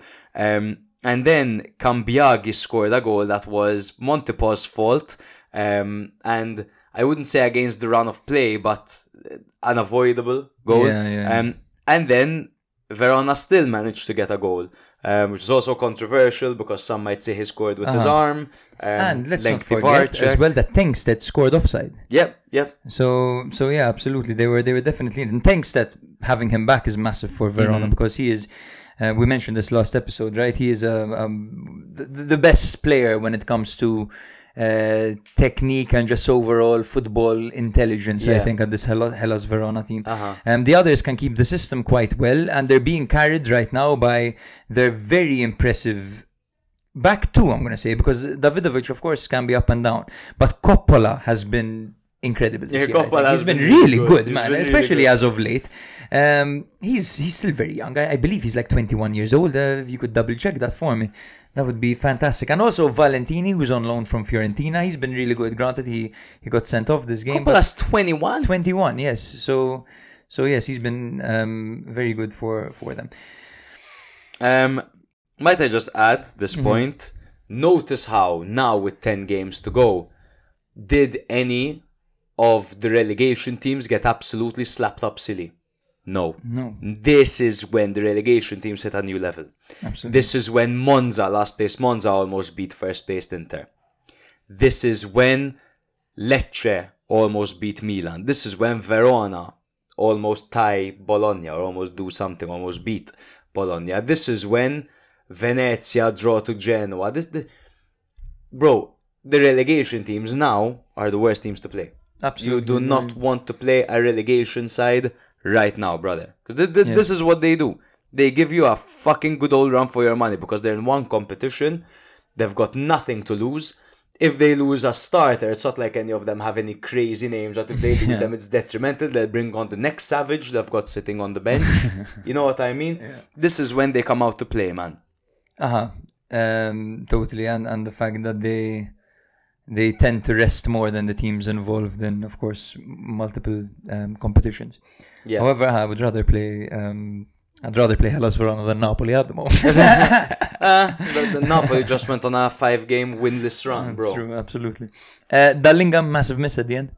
Yeah. And yeah, but this was a very impressive victory by Bologna, a victory that has ended bogey kind of spell against Hellas Verona. Absolutely. Shall we move on?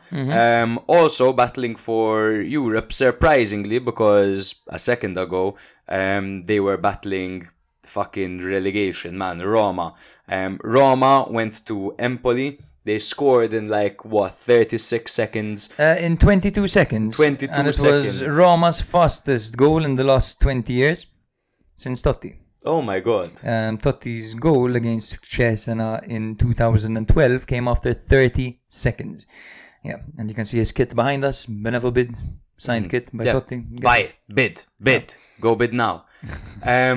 Roma's 5th win in a row. And also with great rotation. Because 9 changes from the Bilbao match. Of course, because what time is it? Did they play No, they play tomorrow. Okay, you can relax, Matt. Because through a last-minute Eldor Shomurodov goal, they managed to beat Athletic Club. And Athletic Club, I'm going to be completely honest with all of you.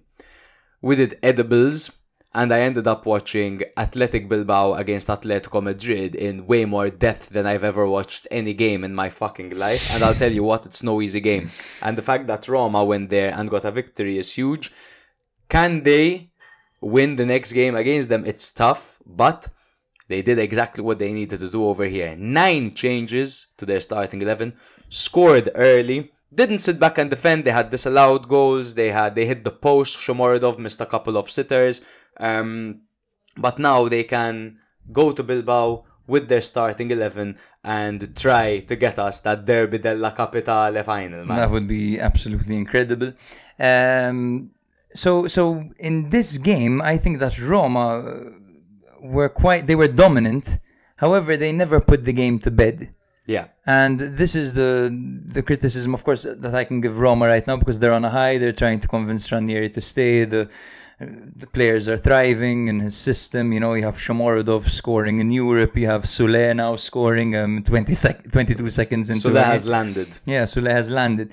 So everything is seeming much better for Roma. But this is what I was saying, bro, when you never know what's going to happen, because this game could have easily ended 1-1 at the end when Kwame nearly equalized. Yep. They missed too many chances, man, especially Shomurodov hitting the crossbar, Kwame smacking the post in the first half. Pellegrino missed a chance as well. There were many moments where they could have done better. And I'm surprised that we haven't seen more of Tosto and Bacci for Empoli, because I thought they were amazing against Juventus in that victory in the Coppa Italia. So I'm surprised that they didn't even feature off the bench, for example. No, that's true. just to mention the point you said of the amount of chances Roma missed, I do guess that's what you get when you don't have your most lethal players like Dybala and Dovbyk playing. With that being said, I thought Silvestri was fantastic in this game as well. Really made amends for his last own goal. Honestly, some spectacular saves by Silvestri to keep his side in the game for as long as they did. Yeah, 5 saves. For those of you that don't know how Roma played, it was a 3-4-2-1 formation. Villar in goal, a backline of Nelson, Hummels and Indika, Abdul Hamid as a right wing back, and Salah Edine as a left wing back. The guy got an assist. Kone and Paredes in midfield, with Sule and Pellegrini playing behind Shomorodov. That is nowhere near their best starting Heavily 11. rotated. Yeah, they heavily, of course, because of the Bilbao game. But yes, disappointing that they didn't manage to put the game to bed, and these guys perhaps swore more than they would have liked to, and it did mean that they had to bring on Dovbyk later on, they had to bring on Angelino later on, and Cristante, but they still managed to rest key players, and the fact that they managed to get the victory nonetheless, sandwiched between the Bilbao games, where we know how complicated games against the bottom 3 sides are at the moment. Job well done for Roma. Whether they won this game 4-0 or 1-0, they got the 3 points, and now it's all about the mathematics. Exactly, bro. Yeah.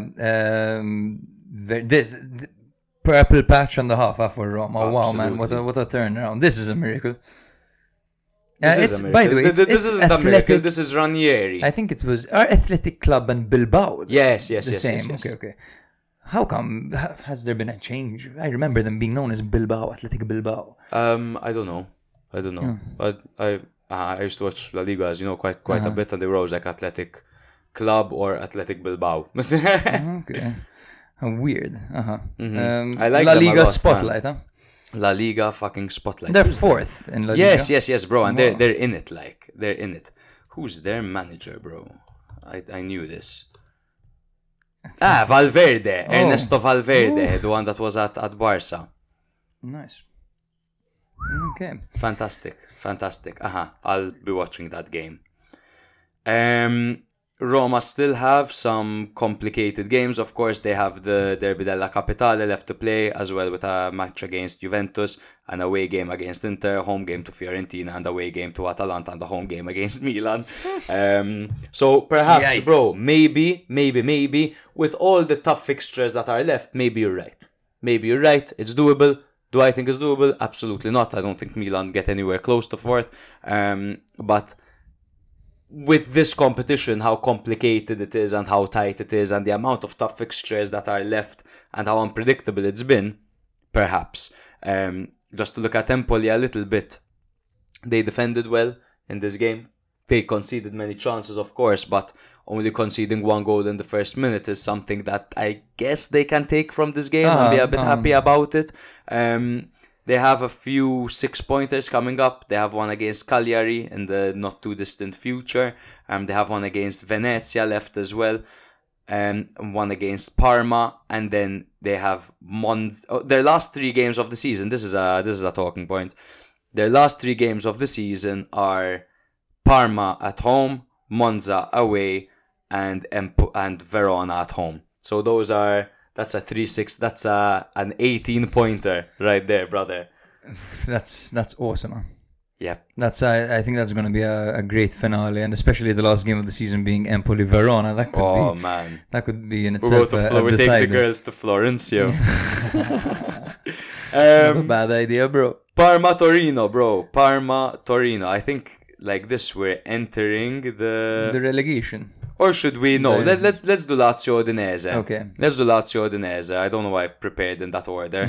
Lazio should be fine in Europe. They got a 2-1 win over Pilsen. They got the winner with 9 men. I don't know what the heck. I didn't watch the game, I'm going to be honest. But 9 men, they got 2 red cards. And they faced over here a very, very tough Udinese side, a Runjaic Udinese side that... unrecognizable from previous Udinese sides that struggled almost getting relegated on numerous occasions. I think that Udinese with Solé at the back, fantastic. And also, I just have to say, the only reason Udinese didn't lose this game was due to a last-ditch tackle by Kamara on Zaccagni. Yeah. And he was on a yellow card. Yeah. That was a fantastic. Amazing the way tackle. that he nicked it from him was beautiful. Really, really last-ditch. Nice to see Romagnoli score over here. And also nice to see Luca getting a bicycle kick assist. Yeah. And granted, the bicycle kick, of course, was totally mishit and he was lucky. But that bit of hold-up play was excellent. I mean, the fantastic. strength he has to... And the weight he put on the pass was perfect to switch it to Thuvan. So I think that Luca did really well over there. Of course, obviously, I think that Luca did well, right? But yes, Udinese, as we mentioned, are like a mini Inter, right? They're so well structured, and they're actually quite a tough team for Lazio to beat, considering the last time they beat them was in January 2024. Oh, wow. Yeah, since then they've lost twice, 2-1 to Udinese. Yeah, so yes, I think it's a very difficult game for Lazio, and it was quite an even affair as well. Watching the game, I didn't think that Lazio were the better side by any means. I thought that Udinese looked very well structured. There was a massive save by Okoye on Zaccagni at one point in the first half when he tried to curl it around him, and that was a great save, man. I thought it was going in, to be honest. Superb save, and he's a great goalkeeper. He has his rushes of blood, but he is a superb goalkeeper. Just to look at Udinese's form, you remember recently, man, they lost 4-1 to Como. Yeah. And it was that game where you thought that they were going to start declining. And then they lost to Roma at home. But since then, they haven't put a fucking foot wrong, man. That's 6 games in a row without a loss. And they played the likes of course, Venezia, Napoli away, Empoli home, Lecce away, Parma home, and Lazio away. Now they play Verona at home, and after that it starts to get tough again. Now they play Inter away from home, which I think stylistically, I believe the last game was a 3-2 win for Inter, and it was really, really close against Udinese and Udine. Yeah. So that is going to be a tough encounter. Udinese are going to go man for man over there against Inter, and they're going to exhaust them. Inter are going to have the Milan game as well midweek, so this is going to be a super tough fixture for them. Absolutely. And I think that Lazio are really missing Castellani as well. I think absolutely. That it's so bad at the moment, their striker situation, that Baroni is literally playing Chauna for one half and playing Noslin for the next half. Like almost saying, like, please, one of you give me a reason to play you. I don't have a reason to start either of you. He's almost telling them, And I mean, I think Lazio were allowed to have more of the ball in the second half, but I think their best chances came in the first half. But I wouldn't say it was mostly thanks to Chauna. No, I don't think so. I haven't liked Chauna so far at all. No, Lazio. he's been a flop, and I'm wondering what the hell is up with Dia, man. What's up with Dia? Why have his perform? No, he was playing really well in this position at the start of the season, but ever since he got malaria, he hasn't been the same.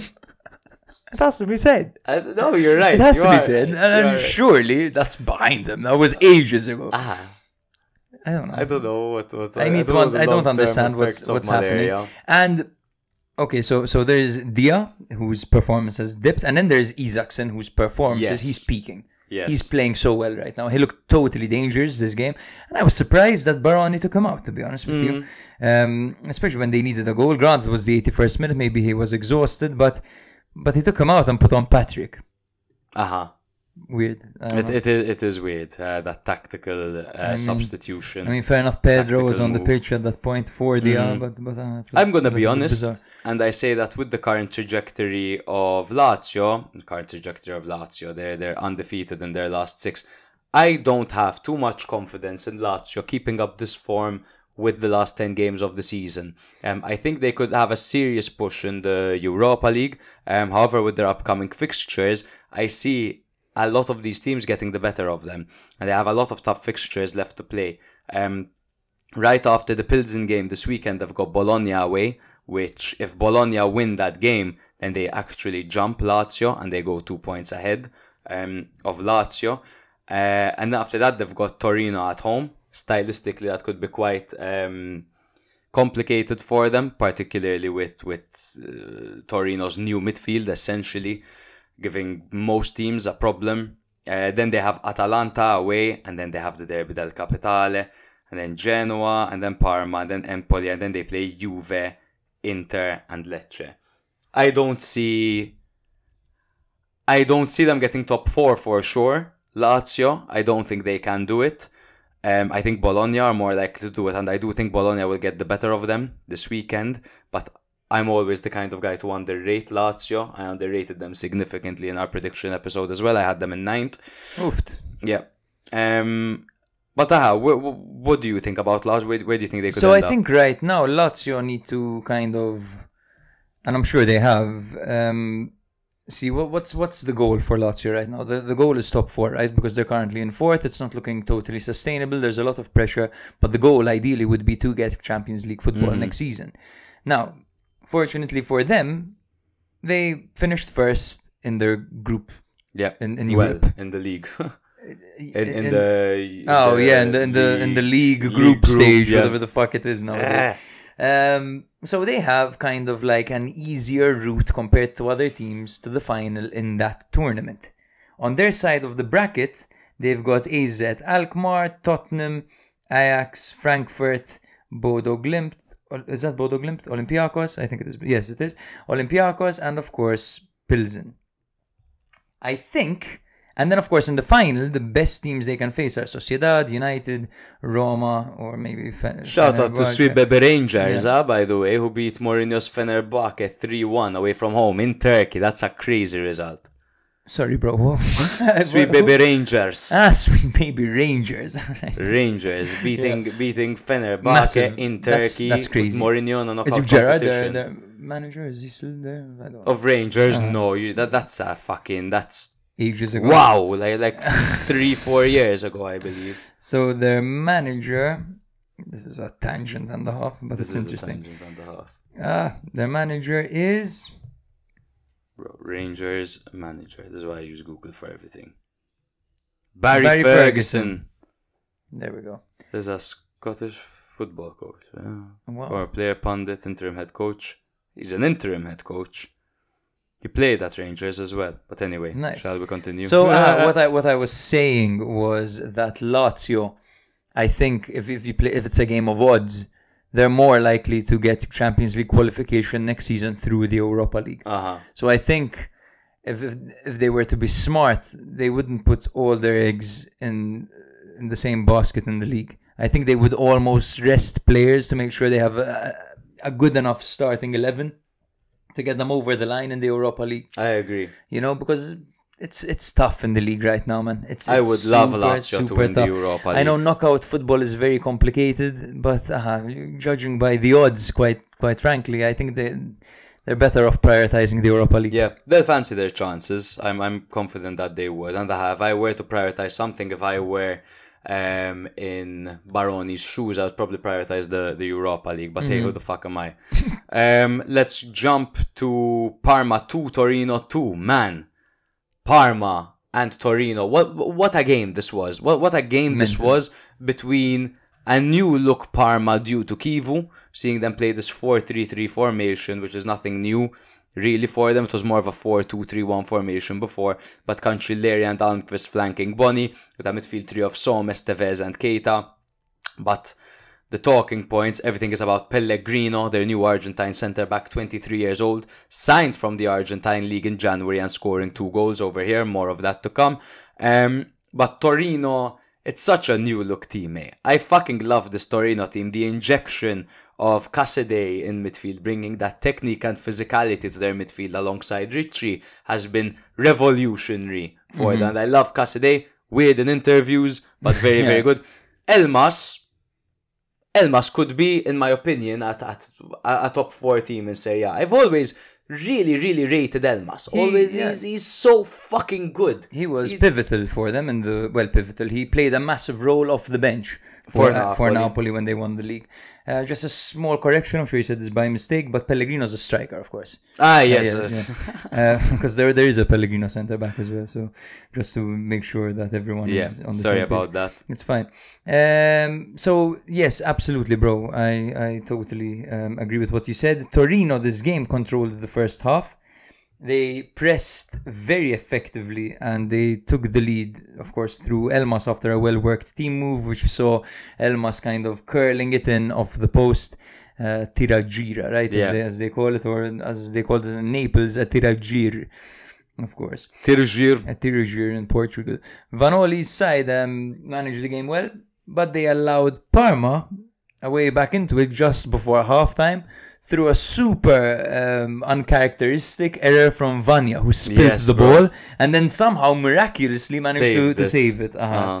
Holding the ball up in the air, and at full stretch, him holding the ball up in the air is higher than the post. Literally. That's how tall it is. Literally. Yeah. And in the second half, Kivu made tactical changes. He introduced Pellegrino and Haj, and this kind of shifted the momentum with Parma pushing higher. Pellegrino capitalized on some marking. Yeah. He lifted the ball into the air, kind of like Odegaard likes to do, and he volleyed it in low and hard. And then he ran off in celebration. It was super gassed, an adrenaline-fueled celebration, mirroring Crespo at Parma. Yeah. Crespo used to celebrate like that at Parma, kind of like where he just... You know, how do you explain that? It's like just a come on, fist pumping downwards. But fist pumping downwards. Fist pumping downwards sounds terrible. So that was lovely. And then of course Torino regained the lead through Adams after a clever combination with Vlasic and Maripan, who actually ended up backheeling it to Adams. Vanoli had asked Adams to score more goals before the game. Okay. And he delivered immediately. So yes, I think that's one of the things missing right now at Torino. They seem to have an organized unit, but they don't have that bomber. That's where they're missing Duvan Zapata. That's where they're really missing Duvan. And next where season... Vanoli gave the call to Adams. He's like, be that man for exactly. me in public. But when they have Duvan back next season, and there are the likes of Elmas, Vlasic, Casadei, etc. feeding him, and once Vanoli has a tried and tested season under this team, Torino could be a much improved side. I think the loss of Duvan is a devastating one, obviously. And just to look at Parma a little bit in this game, man, they had an XG of 1.75. They had 12 shots. I think if there was a team that deserved this game, Parma deserved it a little bit more than Torino. And what a signing that Pellegrino was, man. He got the equalizer. That's the last bit of the play-by-play. By the way, he scored a header from a corner. An amazing header. An insane header from the near post. And he like flicks it on, but gets so much power into the far top corner. Brilliant. Honestly, I really, really liked it. Now, I don't know if it's because he is of Argentine descent. Well, he's Argentinian and he kind of looks like Retegui, but he gave me a lot of Retegui. He reminded me of when Retegui burst onto the scene for Italy. Exactly. Remember? That's true. The goals are very similar. Against Malta. It's true, absolutely. That's 3 appearances and 2 goals for Parma, and of course 2 goals coming in the same game.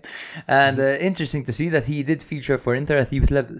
Oh, okay. As well as Valencia and Velez Sarsfield. Interesting. But they did get him from the Argentine league, didn't they? They got him from Velez Sarsfield, exactly. Who I assume are Argentinian, because I had never heard of them. Yeah.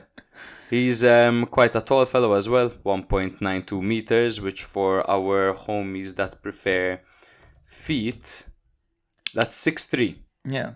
Well, pretty much it's 6.299 feet. So essentially, if you prefer feet, I'm sorry, guys.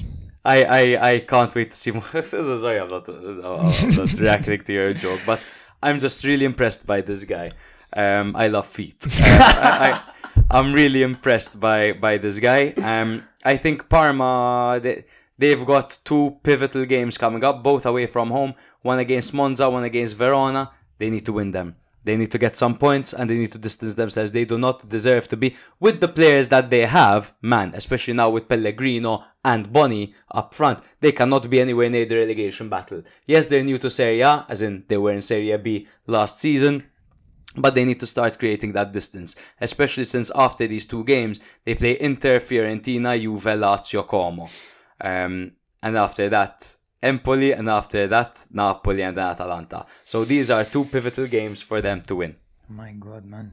Don't bet on Serie A, guys. Do not. God knows what the hell is going to happen. Last 2 games in the relegation Just battle. one slight criticism. I thought Vanoli was way too conservative in the second half and it cost Torino the victory, but that's it. Yeah. Okay. that's Fair my enough. opinion, yes. Fair enough. Now, it's not usual for Vanoli to I know, right? But Parma totally dominated that second half. I mean, granted, there were tactical changes as well, but I thought Torino allowed them to have too much of the ball and to create too much. In the first half, you could see Torino kind of dominating overall possession, especially. But in the second half, momentum totally shifted and that allowed them back into the game. Speaking of Pellegrino centre back, because I made that mistake earlier, where is Milan's Pellegrino at, the centre back? That's a fantastic I question. think he's out on loan, lower tier Italy. Where's he at Futuro?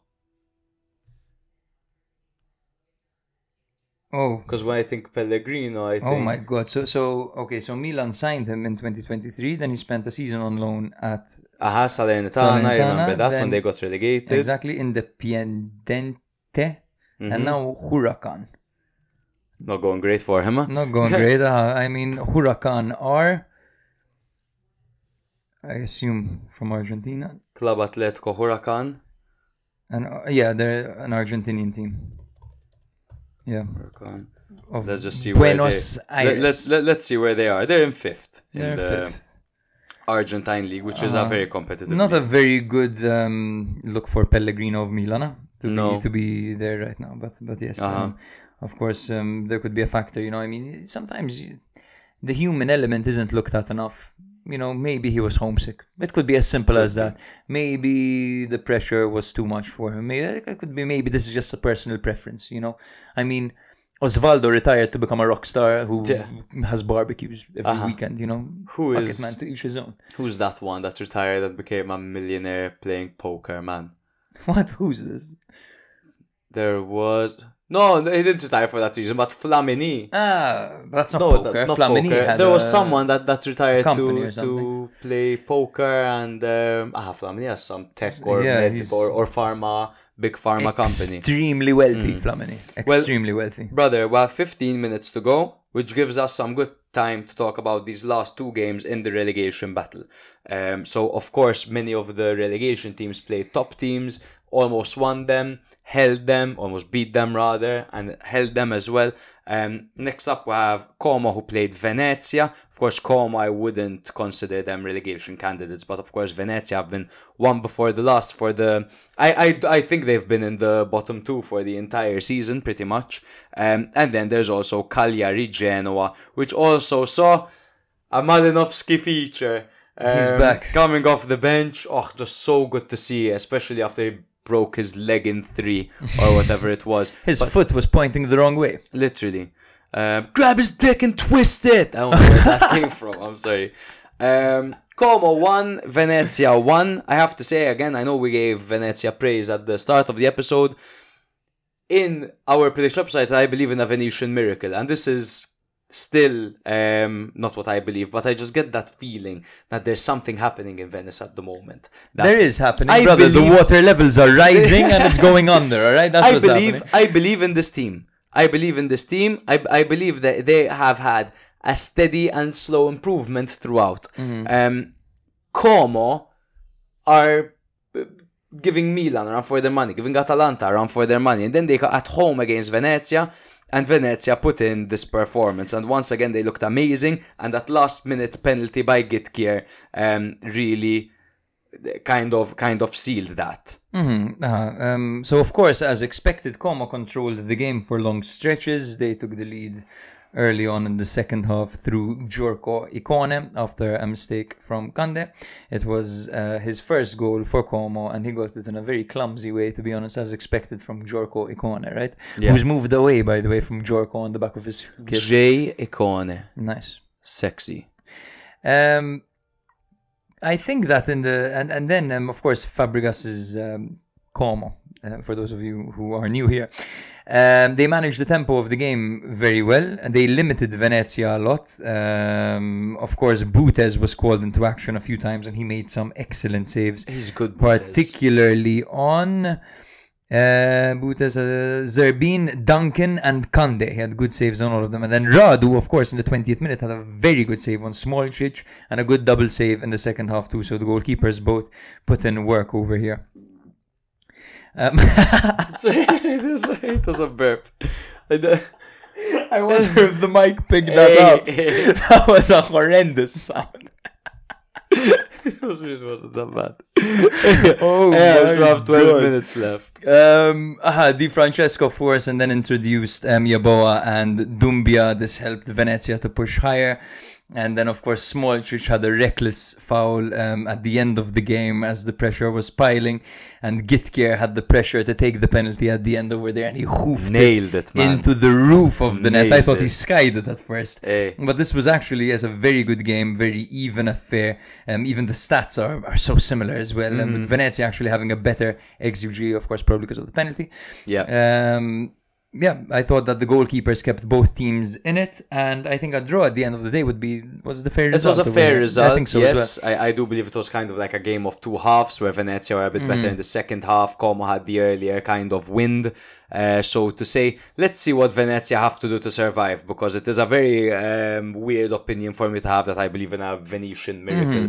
They are in fact in 19th place on 19 points, averaging a point a game, minus 19 goal difference. They haven't won in ages, man. They only have 3 wins this season.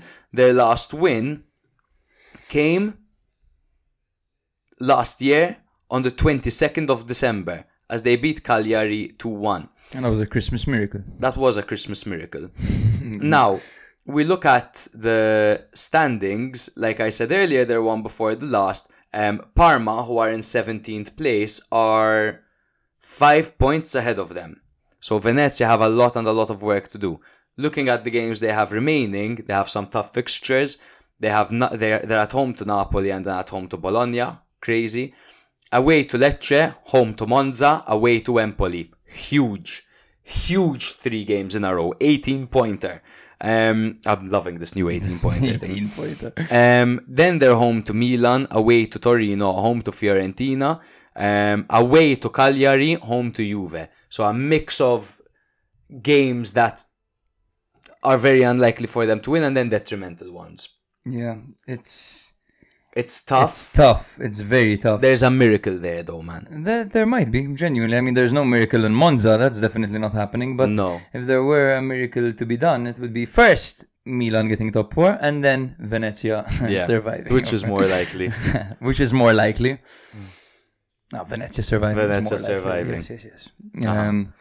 I mean, they're not a bad team, man. I'm a little bit disappointed in Fila. I mean, they're opting for Maric now. Yeah. But yes, I like what I see when I watch them play. And by the way, Jay, it says, isn't the first person with Indonesian blood in the league. Not with Indonesian blood. I don't know how far we're taking this. No, but there have been half Indonesians as well. Yes. But like there have been quite a few, bro. Nainggolan, exactly. Reinders, by the way, is actually his brother. I think represents them. I'm not sure. Don't quote me on this, but there's something. I know, but I saw something in the chat. We have it in the fucking Spotheads group chat, bro. There was the best. If you can pull it up. No, but it's right there, bro. It's if you go on our chat, it's one of the most recent things that's been said. I don't have access to our chat right now. Eliano Reinders is his brother. Born in Finland. What is going on? Raised in the Netherlands. He represents the Indonesian national team. Fucking amazing, bro. Okay. Eliano Reinders. And guess who? Bring him in. Guess who's Indonesian now? Who's Indonesian? Okay. Audero. Oh, I saw.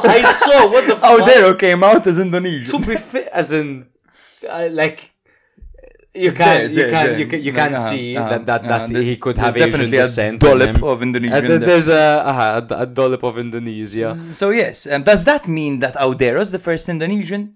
Oh fuck! Because he was there before, but but he became Indonesian more recently. Oh my god! He's completely fucked your favorite stat in Serie A. Yes. But Aldero. he's never scored in Serie A. Yo. Unlike Jay, it says. It says. This has been a catastrophe. Yeah, this last bit. Yes. But we're keeping Okay, it. so Venezia are most likely relegated, but for some reason the Fenech brothers are saying that there is a Venetian miracle on the horizon of that rising water of Venice. And let me tell you what, if it goes down to the wire, bro, we're in Venice, huh? We're in Venice on a gondola. Being weird. You know what I've realized, bro? I I haven't eaten today. haven't eaten anything. I haven't eaten a single thing today. You haven't eaten a single thing today. It's 8 p.m. Brother. And I've had, and I That's a could deficit, tell you, huh? I'm What are your feeling what's your a little TD bit lightheaded right What's your now. TDEE? Don't know what that means. What's your calorie maintenance? No idea. Probably like Don't 2000. Okay. But I've had 4 coffees now, and I'm feeling a little bit. Yeah, let's lightheaded, finish. yes. So we eat something, bro. Cagliari, Genoa. Impressive by Cagliari to get a point over here against a Genoa team that have really separated themselves from the relegation teams. Kind of like Como are doing as well. And one person I was particularly impressed by in this game was Piccoli. Scored was offside, excellent. displayed great hold-up play, almost scored again at a point. His hold-up play was very, very good this game. Even for the goal that was disallowed, even to hold it up for Viola. And it was interesting to see. It was funny to see Piccoli playing that ball to Viola scoring, and them running off in the opposite ends celebrating, right? So they didn't celebrate together. Like Piccoli celebrated his assist separately, and Viola celebrated his goal, which, by the way, bro, can you do it? Of course I can, brother. There it is. Of course I can. Okay, you do this. Okay, this. I guess. I don't know how to do it. I don't know what you're doing. Yeah, I'm trying to do Viola's celebration. Yes, we both are. So yes, I thought that was a lovely goal. Nice to see Viola on the score sheet again. Genoa did struggle to create chances. Ekuban missed a big opportunity before halftime. And then the second half saw Genoa transformed. They were more aggressive, and within 2 minutes it was Cornet who equalized from an Ekuban assist. This is his second goal since arriving in January. The Cornet, eh? The Corn. Genoa dominated possession, they pressed higher, and they nearly secured a comeback win with De Winter and Zanoli both coming close. Of course, Cagliari held on, and their winless streak unfortunately continues, but yeah, they'll be happy to have not lost, I guess. But I don't know, I think of the two teams, Cagliari would be disappointed, I hear. I think so, considering taking the lead. It feels like their plan was working in this game. They had Coman hit the post as well. They had a goal disallowed. And they'd be disappointed. I thought they were the better team over the here. second half, of course, Genoa came up, but they had to, right? They absolutely had to. But they, at that stage, you'd hope that Cagliari could shut up shop and get a result, right? Especially when battling relegation. Let me just pull up the table to have a look at how Cagliari are doing, because Cagliari play in waves, man. They get multiple points in a row and then they lose multiple points in a row, right? They currently find themselves in 14th place, but that's only 4 points away from 18th place Empoli. In their last 6 games, they have 2 draws, 3 losses and 1 win. That 1 win came against Parma, so that was a huge win. That's what gets them ahead of Parma at this point in time. They've got an interesting set of games coming up. Cagliari, they've got Roma away, they've got Monza home, Empoli away, so a couple of vital ones over there. Inter away, Fiorentina home, Verona away, Udinese home, Como away, Venezia home, Napoli away. So they can do it, everyone can do it. But everyone can do it. No one can do it either. Are you scrolling through Indonesian players? Yeah, why not, man? I'm learning. We've been your hosts, huh? We have been your hosts. I think it's best we stop the listeners from hearing the rest of this. But great to see Malinovsky getting a run out, only 15 minutes obviously, but that was a devastating injury that he had, so it's great to see him, and it's great to see Pavoletti getting a run out as well from the retirement home. As you know, if we didn't support Milan, we'd support Cagliari, so we're obviously hoping that Cagliari survive. They're in a good position to do it. 10 finals, 10 games to go, guys. What a fucking league. There's so much to play for. There isn't one singular spot guaranteed, but last spot for Monza, most likely. But we didn't mention the questions. No, we will record a separate question segment. The question is when. The question is when. So we'll take Saturday, a look. Yeah. Maybe Saturday. Maybe we'll release it a special episode at the weekend for you guys. Because we've got a lot of questions, and it's sometimes if we don't answer your question on the same episode, then we forget about it and we just don't do it. Yeah. So it would be good to start separating these and just have separate, even if they're bi-weekly. This was some feedback from Pieter, which we really appreciated. Shout out to Pieter. He basically told us that he misses the old format, which is something that I totally understand, to be honest, as well. For sure. It's something that we are working on to find a balance. Of course, this is the first time we've changed the format of our show after 4 years. Pieter, I feel like this episode in particular was a good mix of our new format whilst implementing the Serie A spotlight on each and every fixture. Without getting into the he hit the post and then he did that. So kind of focusing all the games embedded into the bigger picture. Let us know, guys. I really enjoyed this episode. I haven't enjoyed an episode this much in a while, I think. Even though you're malnourished. Yes, and I'm really fucking feeling it. No, but it's I think the best my favorite bit of feedback from Pieter was the separate episode for the listener questions. I love that because we can chill, take a very light-hearted approach, eat something while doing it maybe, and have a good time. Exactly. But thank you very much, guys, for your consistent support. We love you all. We can't wait to record again next week, and then there's the international break, so a little bit of a well-deserved break. Oi question segment episode, man. Definitely. In the international break. Yeah. Deal. Perfect. See you guys next week. Love you all. If you like Serie A or have ever liked it in the past, it's a good opportunity for you to listen once a week and you'll get filled in. In the football weekend, that's like the main dish. But then a few days later, you drop your episode and that's like the dessert. And the dessert is just perfect. It's good, the cake. It makes it feel like we're all sitting in a room together, just BSing with each other. The atmosphere is fantastic. I promise nobody will ask you to send boob pics. Sometimes may be good, sometimes may be shit. I love how you go into so much detail and show so much passion towards each and every team. Literally, no team is left undiscussed. When I listen to you, it's like I'm talking to you in a pub. It's like I'm chatting to a friend and you're chatting to me.